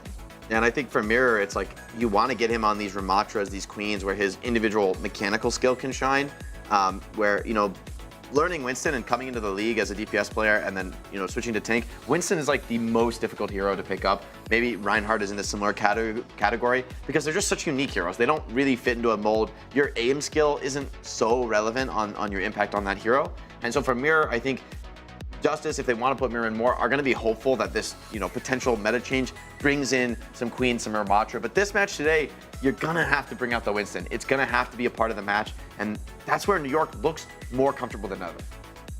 Well, let's see how our prediction is going to look like for this one. I honestly felt like this one was a difficult one to call, just because New York Excelsior, they've been playing really good, but I also feel like their opponents have been dropping the balls left and right. There. So I don't really feel like we've seen them really push to the limits on even footing with the team. And while Washington Justice obviously has been struggling a lot, I don't know, something about that team gave me a lot of faith in them as well to at least make it a close one. So I'm hoping to see a 3-2 score at the end of this one. I want them to really brawl it out to the very end, but I do think New York has the upper hand. I also went with the New York Excelsior. I for 3-1. I don't think it's going to be as close as yesterday. I remember Psycho saying that, they were always the underdogs and that was why they were so nervous. But now they got that out of the way. They shouldn't be as nervous not being the underdog. So I think it's going to be New York with huge favor. But I'm still giving Washington a map because of Alpha E. That's nice. That's a fair assessment. I give it to New York too because I just think they've been a bit more consistent, bringing out the reverse sweep before against the Gladiators. That's a hard thing to do. It takes composure, takes confidence. Even though Gladiators may have stumbled, right? It's like, if the New York slips up the pressure at any point in that series, you drop the series, you go down. So I just am a believer. I think they're hitting their stride at the right moment in the season to win this match. I went with the New York Excelsior 2 here, and I did predict a 3-1 here. I feel like, we don't really talk about it, but Washington Justice, it feels like combined with the LA Gladiators, are two of the middle of the pack teams that are struggling the most right now. And both Washington and the LA Gladiators are fighting for survival, trying to avoid that 11th slot. So Washington Justice, they're in a bad momentum streak right now, just losing games. So it's going to be the New York Excelsior for me. I do think they're performing better right now. But maybe that desperation buff, for the Washington Justice. What? Okay. No, I see this game as close to a 50-50. Like, even for me, it was a little bit hard to pred. I do think New York's maybe a little favored, but I do see this as very, very close. You can't count out a player like Alfie. I think Flores had his moments too. Teru actually is a player I want to highlight. Has looked good on the Ana. One of the very few DPS players going to support that has actually looked good to me on that role, like on Ana as well. A very, not just mechanical role, but one you need to make great decisions on as well. Then I'll hype up Creative. Creative! Underrated Ana. There you go. He's doing well in these Tracer Sombra metas. There we go. Now that we mentioned them all, let's mention our casters as well. Mitch and Matt will walk us through this one. Really almost split down the middle there for the chat. How about you guys? I was shocked by the chat going with the Justice there. I think New York wins this, and I think they have to realize how important this is for the standings because you win this, you play the Gladiators again, and then they have a match against the Titans. The Titans have to play the Defiant and the Shock, who are right in that middle of the pack as well. So this is a prime opportunity for New York to basically beat the Justice and then have one more game to finish at the top of the middle of the pack, which is crazy to think about. God, it just reminds me just how important this weekend's matches are in terms of determining our standings into that sort of postseason. Donghung, no, he's on land, right? I mean, he's on land. Well, no, I mean he's closer. I mean, he's still on ping, but he probably is using the same land switch as the rest of. Not the middle of the night. Yes. He's got a jersey. He's got a player cam. Hey, I'm just saying, he got that welcome pack. You know what I mean? From the Justice, I'm all about it. Yeah. Again, I think we definitely had a lot of questions about how Donghung would function here in this lineup. Seen a lot of break from him, and a little bit disjointed at times, which you can definitely attribute to the fact that he was playing on ping. That's also what necessitated Ben Best to be substituted in to play Ana. And we had a whole bunch of conversation around that. And Genna Mace sort of publicly said, well, look, we kind of had to do this, and we have tried Ben Best in this position before. So, okay, fair enough. But we've got two teams trending in opposite directions. This is an opportunity for a reversal for either squad. It's also part of the Kellen revenge arc a little bit, right? Last year, obviously, coming into the league, right? Everybody's expectations was oh, Kellen's going to be pretty good, right? Pretty strong. The guy was ridiculous. The impact that Kellen had in Contenders and had the titles to prove it. He was very, very good there. And then, it ends up on the New York squad with Flora Yaki as the DPS combo, and everyone's like, oh, what is this? This does not look good at all, right? And you're like, oh, wait, they're keeping Kellen around? And then he's looked fantastic this season. He's had DPS, I feel like, combined with him a little bit better. And let's talk about some of these comps. So Reinhardt for both sides. It'll be Bastion for Alpha E with the Sim in the mix. You're going to have a Mei here for New York. Mei will be most important ability on the field because of this. Immortality for the close second. The Bastion really hits hard in tank mode, but after that expires, well, barely filling the role as a DPS at times there. So the Justice Force back. They can't make a, dare I say, alpha strike with Alpha E on that Bastion happen, but they're going to come back for another bite at the apple, the big apple, as it were. Yes, you can kind of use the Mei wall as like another kind of way to section off that bastion, right? As this is what you're worried about the most. Is that damage? That's a lot of damage. You're not going to be able to dodge that. My nauseating amounts of damage for Alpha Yi. This time, no wall, no immortality field can save you from that. Washington Justice cut a bloody swathe through New York. Yeah, really fast amp matrix there from Teru, who's one of our more aggressive supports. You remember back when playing the Kiriko, just going in the back lines, making a real like Goon Squad Kiriko player, like wants to go in with the Sombra. Yeah. Yep. And now you see him on the Baptiste gets a really early amp matrix, and you have that bastion shooting through the amp matrix. I mean, the damage, you just can't replicate it. Now the Justice have a wall of their very own. Not much the Excelsior can really do except try and fold away from this, and it's hard for Creative to get value out of this amp matrix outside of just healing his teammates. Maywall throwing up here. Kellen getting grouped around, really just trying to protect the team. A fire strike there. Shadow came down from Ben Best. There was a sim wall in the way. Kellen, though, what a connection. Alfie is in trouble. Still able to get away. Slinks into the background as the Blizzard came down. Flora's able to find Creative as many of the Justice players are forced out of the action. But Alfie can't really come back. He's here we go. Here we go. Calling the artillery, AC-130. Oh, he almost got Shockwave. Shockwave is really low. TP decently used there. Yeah, go for the sound barrier. Do the New York Excelsior. They want to stay in control of the point with a later beat from the Justice. And this is a scary prospect to face down for New York. Maywall throwing up here in nice deployment there of the immortality field by Teru. And the later sound barrier prevails. Yes, I know the artillery doesn't result in kills, but gets a few players weak. It's the sound barrier in response, and then the Justice come in with a little bit of a later one and use theirs. This is going to be difficult for New York. You're going to be walking into that amp matrix.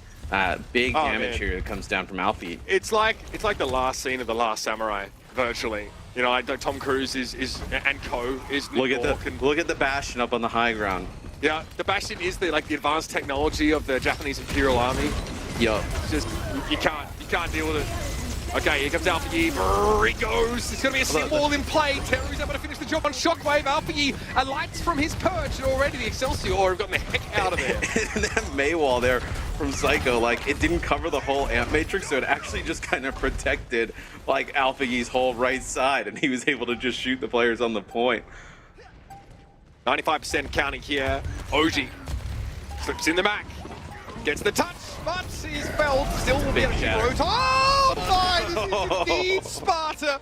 Ben Best drops the hammer. The round punctuated by the sound of bodies hitting the floor. It's Washington with a good start here on Lishang Tower. Yeah, really dominant stuff there from the Justice. As Alpha Yi on the Bastion making some huge plays. They're getting them all around the map there with the Sim TP. So we'll see what they decide to do here as we move to the next point. Is some different things you can play. Is New York still kind of hovering that same composition? I'm interested in what we see from the Justice. Don't think this is it. Not a ton. Ben Best ball fabled. The ball with the Farah with no mercy with Lucio Ana would be spoken of in hushed whispers in the quiet corners of the Abbey. Okay, we're going for it, baby. All right, well, we got the mercy. So, all right, well, the wrecking ball in the mix. This will be interesting. All right, Ben on the point, getting a little bit chilly. All right, well, there it goes. Inauspicious exit. Just when we thought last round was the last ride for the Shogunate, New York stick with that same comp and the Sim Ball. In the May. Ball, I feel like, is in a little bit of a rough spot, but you're just going for like constant disruption, right? You know, with the Farah in the mix, just trying to put down some finish off kills with the ball, right? And just being able to stay on the point, just be annoying, constantly contest. It's just with that so hostile. It's so hostile to the wrecking ball, right? Alfie on Farah. Never count this man out. Kellen charges to the point, doesn't want to be caught out of the action with Farah. Raining rockets down. Yeah, like Ben Best isn't trying to like get like massive kills or anything, right? He's just trying to be a nuisance, like roll onto the point, you know, slam down, do some damage, let others follow it up. Nice actually Sim TP to get players out of the point. I like this position from Kellen, really playing thin margins. Shield barely alive, almost knocked down the immortality. Look how he's sound barrier. All these players get knocked around all over the place, right? With the Farah and whatnot, they have to use sound barrier here to get back to the point. What a stick from Flora. Creative's down now, New York. Able to get the point back, start to get some of that percentage going. The Sim wall's in the way. Alpha Yi ends up being his own worst enemy there. Kellen, though, hit with a Vita grenade. Ben Best tries to commit for the kill. but can't finish the job. Kellen charges back to his team. And as well, Flora's still here, so like they're gonna be, and the rockets are kind of coming in through range out of the window, and Ben Best as well. But looks like they're gonna back out. We're gonna get an ambush from the side. Creative just guns Alfie down from range. I mean, this has been has been all over the place here. All right, Ben Best back to the point. Here come the mines. Now, no way Creative was getting out of that one. Landed on one of those, and not quite the whoopee cushion he was hoping for. The Bronx cheer, if we're going to stay in New York theme. Yeah, Ben Best traded out, though. OG able to find that elimination. It's going to be New York in charge of the point, though. Ice block had to be used there by Psycho, but they're fairly stable here. He's Alfie on the point, but he's getting hit by the sim turrets. I mean, Kellen's shield should take a beating throughout this one. Yes, but he's getting value from it. He's using that shield as a resource very effectively. Alfie's looking dangerous, taking a fair bit of damage back, but he's being pocketed perpetually by Donghun. He's also got the nano boost as well for a period of time. Yeah, that helped him play that bit more aggressively. Here's a Sourbear from New York. None available to the Justice here. It's enough for Creative to stay alive. Picking up Ben Best once more. The Wrecking Ball plan maybe not playing out the way Justice would have liked it to. Yeah, I mean, I don't know. This one's been a little bit. You know, the Justice looks so good on that first plane. I don't think you could run that same comp back, right? But I mean, I Ben wouldn't have Best said on the Wrecking Ball. Ben Best on the Wrecking Ball, Matt. It feels like you using multi-syllabic words. Like there's such a discordantness about it. Right, because it doesn't make much sense. Because I'm so good with the easy stuff like the Reinhardt. Why even bust it out? Less. Right, why even bust it out? It's oh my God! What was that? Flora with a triple pulse! Are you kidding me? Able to make it 4 kills as Creative goes down while we natter on. This player just put his team on the back. I love that whole sequence of events. Triple pulse bomb kill from Flora, and then I don't know if you saw it. He obviously kills the other two, but then Ben Best rolling out dies to a sim turret on the ball. I just love that entire sequence of events. What in the world was that? Oh my gosh! Alpha-U, is it good enough for a dub though? Comes up. Alpha-U can wrap around on this. He knows the Simul's here now, so won't play in good with the barrage. Ben Best is dead at first. Oh! Picks off Alfie in the window. Donghun couldn't be there, I guess. Still all res the Fire. They need this barrage to be effective. Kellen making it impossible for Terra to heal his team, though, so it's really on Donghun. He can't keep Flora standing. Great zoning of the Ana away, and that barrage was anything but impactful. It's going to be New York here now, looking to end the round, as Ben Best is actually the last alive, which is not in keeping with tradition as far as this round is concerned. But the weird comp doesn't pay off. It feels like an homage to the Shanghai Dragons playing triple DPS ball at the end of that GOATS era. Right, but now might have the same effectiveness. Right, so a little bit of a throwback here, but now you can move away from it as Reinhardt becomes pretty effective here, where I think you can run a nice way of saying don't do it again. It's very, very, very nice. Look, you got an awesome round win playing the Reinhardt. That's what Ben Best is like awesome at. And just go back to it. All right, like we gotta see what in the world happens here. Through the TP. Oh, just the very edges of it. Oh, that is awesome. Dude, he kills everybody. A triple. He kills when was everybody. the last time we saw a triple pulse bomb that didn't involve like, I don't know, a Reinhardt? Well, it didn't involve, I guess, like a Graviton. Oh, we're doing this again. Throw it, run on it back, baby. Hey, you're not losing if you're learning, Matt. Dude, I don't get it, because like they looked like Ben Best is really good on Ryan. They looked really good on Ryan there at the start. Maybe you can't play the Bastion, right? But like you can come up with another hero to kind of combo with. This is a nice TP. Yeah, they're gonna get Teru. Where is this like subbing out knife levels of insanity? No, I don't think so. Because there's they're actually like doing some nice things with this comp like at times, right? It's just. Maybe not as easy to execute as the Reinhardt, and just seeing them actually execute the Reinhardt comp really well and winning that first round makes you just question why they'd risk it and kind of do something all over the place. But they get the point first, and now New York's going to make some changes. So Shockwave's actually going to go and play the Sombra, maybe try and take advantage of the ball a little bit. Is this comp just to avoid having your agency taken away by the disruption Wrecking Ball provides? Like the switch to Winston, Kiriko? Yeah, I think so. And also, like, hacking the ball becomes, like, a pretty easy target to take out. see now is Benbest gets a little bit weak there in the back, but you don't have that shield that the Reinhardt was providing, right? So now Alfie becomes way more impactful. Well, 6 years on, and Barrage is still press Q to respawn. All right, Benbest though, doubles down. Psycho gets flattened. Benbest getting healed by Teru, who's playing for the other side of the... Whoa! What a shot on Creative! Oh my god! What am I watching? Benbest gets creative, but Teru sets it up. But are they going to be able to hold? Kellen's back. You have other players back here for New York. I don't think they're in a spot to play. He'll hold. Yeah, you'll hold. This is actually, I mean, the Justice are already above 50%. I mean, this is actually looking quite good. Valk and Nano here coming up. Donghak looking on with Artager. He is seething with jealousy. The Justice get to play this comp right now. Can't be too jealous at the top of the league, but still. Alpha not being looked at right now. This is dangerous. Yep, the Farah is charged up, ready to rumble. That blue glow signifies death if you're New York. And Alpha deals him another mortal blow. Benbest with the mind kill as well is crucial. All of the Justice players getting an involvement there. We're at 82% and counting, Matt. Yeah, and this is a comp that's going to be very difficult to EMP, right? Because there's so much mobility. Like, well, I guess you'll go after like Teru, but you see where Teru's been playing. He's been playing so far off on like an island. Like, you're not really going to get tons of value there. They're going to have to get a touch. Here they come, touch indeed. Shockwave has an EMP available. I feel like we haven't talked about him at all really this round. There's too much going on now. Figgy caught in the EMP, but able to get out the window and away. Teru though careens over the edge. OG able to get the environmental kill, and Shockwave can avoid that happening to him with the translocate away.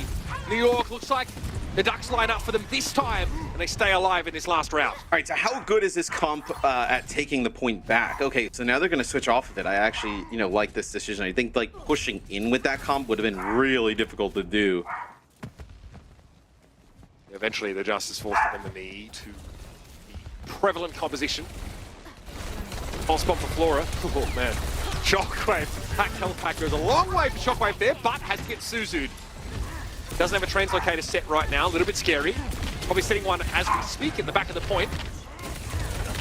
Flora Pulse, no connect here, but OG getting hurt pretty badly. And he's getting close to beat. It's got to be a better beat than the last one. Wasn't the best, but they find Teru, so you may not even need to use it. So that's 2 fights in a row they're able to find Teru. He's been playing a little bit off on his own for some of these comps.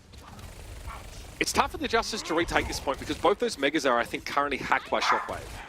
Right, yeah. A little bit difficult for Flora to be nearly as aggressive as he'd like to be, I think, as a result of that.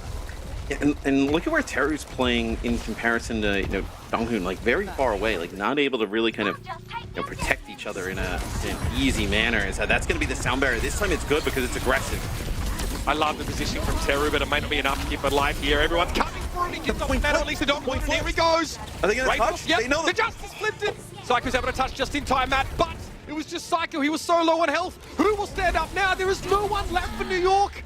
Okay, EMP comes in here for Shockwave. It's impressive looking, but the result, it's not there. The Washington Justice, they go with the ball, the Mercy, the Farah, and they get most of the work done on that last round. It's a quick switch and completion as the Justice convert to an early map lead. Yeah, and that time when New York got aggressive with that sound barrier, they tried to dive onto Teru. He did a fantastic job. I believe it was a nano onto the brig there, the biotic grenade, and then the point flips on the opposite side. So now New York is like stuck in this like weird situation where you're in a room with the brig and the rest of the team. You can't stay in there. You got to work your way back to the point, and everybody just kind of dies in the middle of the map. Flora ends the round, the map rather, 18 final blows and 4 deaths. It wasn't just the triple pulse bomb kill, a flash in the pan. No, consistent excellence delivered by Flora, who often plays second fiddle to people, DPS players he's alongside of Alpha Yi in this case, but no, Flora, what a stunning performance on that map to help the Justice to an early win. This is a chaotic map number one. There was a lot here in map number one. Benbest, I thought, was really strong in the Reinhardt here on our first point. The second point, like the ball Farah, like you can kind of see the idea, but it just like really wasn't working. Like the only time that you were able to kind of make any sort of impact is right here in this scenario where Flora is able to kind of like get. Oh, the ball! It and it pops right around the corner. Yeah, it knocks right on the edge there. But the only time you got something going there was when you got like a Flora 5K. Yes, but they were losing that fight. Like, Benbest was 1 HP. And then the ball actually looked pretty decent the last point. I'm just saying, Ben Best, okay. That Wrecking Ball was quite a sight to behold, and it's a big part of what gives the Justice that win on Lijiang Tower. Already, stage is set for an incredibly fun, explosive, exciting series, so don't go anywhere. This is some serious Overwatch coming your way. It's Midtown up next.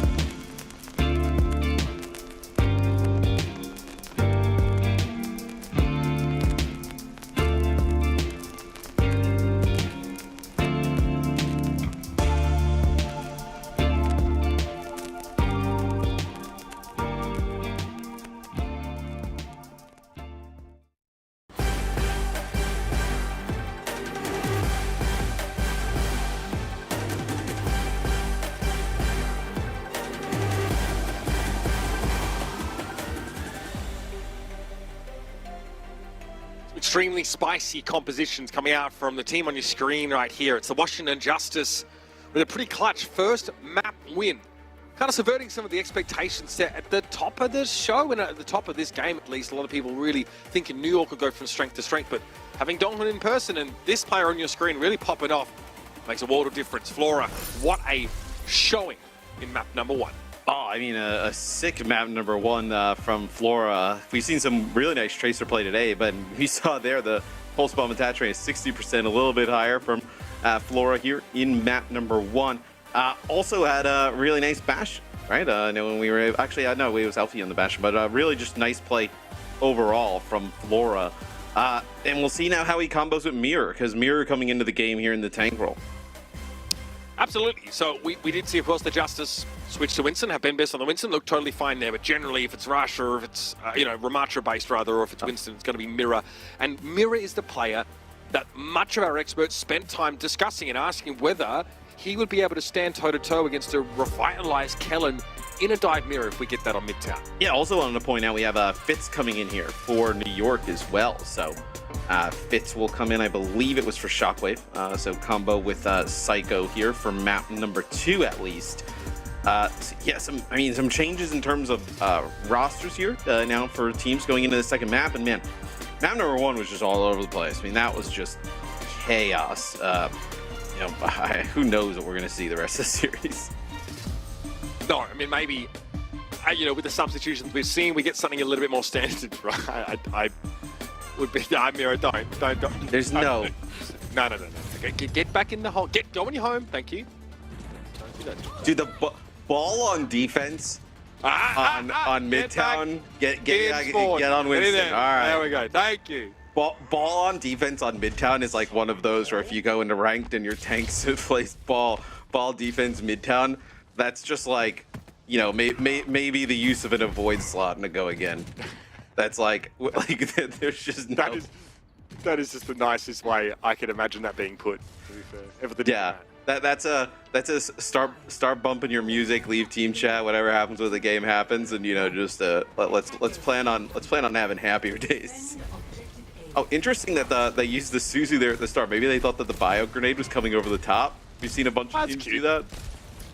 Yep, counterplay upon counterplay. It's a very marginal advantage or disadvantage offered by that, but still something you want to try and play around.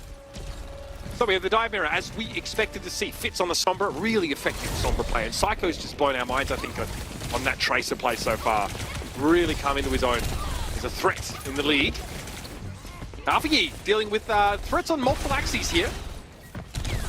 Fitz out of that fire station, and I think the health pack might already be hacked, which could be an issue later down the track. So keep an eye. Yeah, who actually owns that health pack in there? Actually, for a second, at least it looked by the skull, it actually looked like potentially Fitz, but I was like, there's got to be no way that can happen. I think that's why Fitz went in there. Ferry though, here with the bio, in deep trouble, able to slink away, but not for long. Psycho chases him down, pastes the blood. We'll go to follow it up here, and great pressure on Alpha Florida. The flankers of the Justice are not in a position to contest right now. Yeah, and I don't know if you're going to be able to get another contest here if you're the Justice, right? You know, Mirror at about half HP. It would be very difficult. I mean, you just run in here, you're going to get mowed down. So that'll be New York taking checkpoint A really fast. Now setting themselves up for a pretty good opportunity to complete. I mean, 5 minutes here to get through the streets phase, and then just the final part of the map. You have a lot of time. See that, though. I feel like that's rare to see, that there's not an opportunity for like a recontest for the defending team. Things just did not fall in the Justice's favor there. Oh, man. He attacked like mid-air. Too long. Yeah. Nothing you could do there. By the time he jumped away, he was about 100 HP. Anticipating the burst damage is such an important part of the ins and outs of this dive composition, both the Sombras, Tracers, and the Winston. And nobody said to use any ultimates on either side this far. So New York, you can have Psycho maybe play up here, kind of control this bridge area as the payload starts to move underneath the bridge. And he's trying to set up for an EMP up the high ground if you're Fitz. Look at where Creative's playing from. He's just hiding and nowhere even close to being hit. Later EMP from Flora over the top. Neither team able to convert their EMPs into distinct advantages, though. It's going to be a mana boost given over to Kellen as Teru is about to have his own available. New York, though, bit of a blunt assault there. Hack on Mirror to the low ground, but he'll be... Halo's still moving. Yep, Psycho. Oh, nice out there. Psycho's still moving that card. Still going. Mirror going to get hit with the nano here. Are they aware of where the card is right now? Yeah, just got pinged out. Yeah, it was a nice low. OG when Mirror goes up in the sky to actually kind of make a play with the nano. He actually just gets knocked off course. So the card also, like you mentioned, Psycho's just moving this like almost all the way to the end. Slippery Psycho, man. You take eyes off for one moment and he's in there pushing that card uphill. Like a much more attractive version of Sisyphus, I imagine. All right, Kellen, hacked here. A little dangerous now for the Winston. I want to play back around that corner, but this gives them time for the Justice to work from behind that little barrier. Psycho again wants to inch it forward, but it's going to be Creative felled by a pulse bomb. Alpha Yi really able to break this fight with that one ultimate.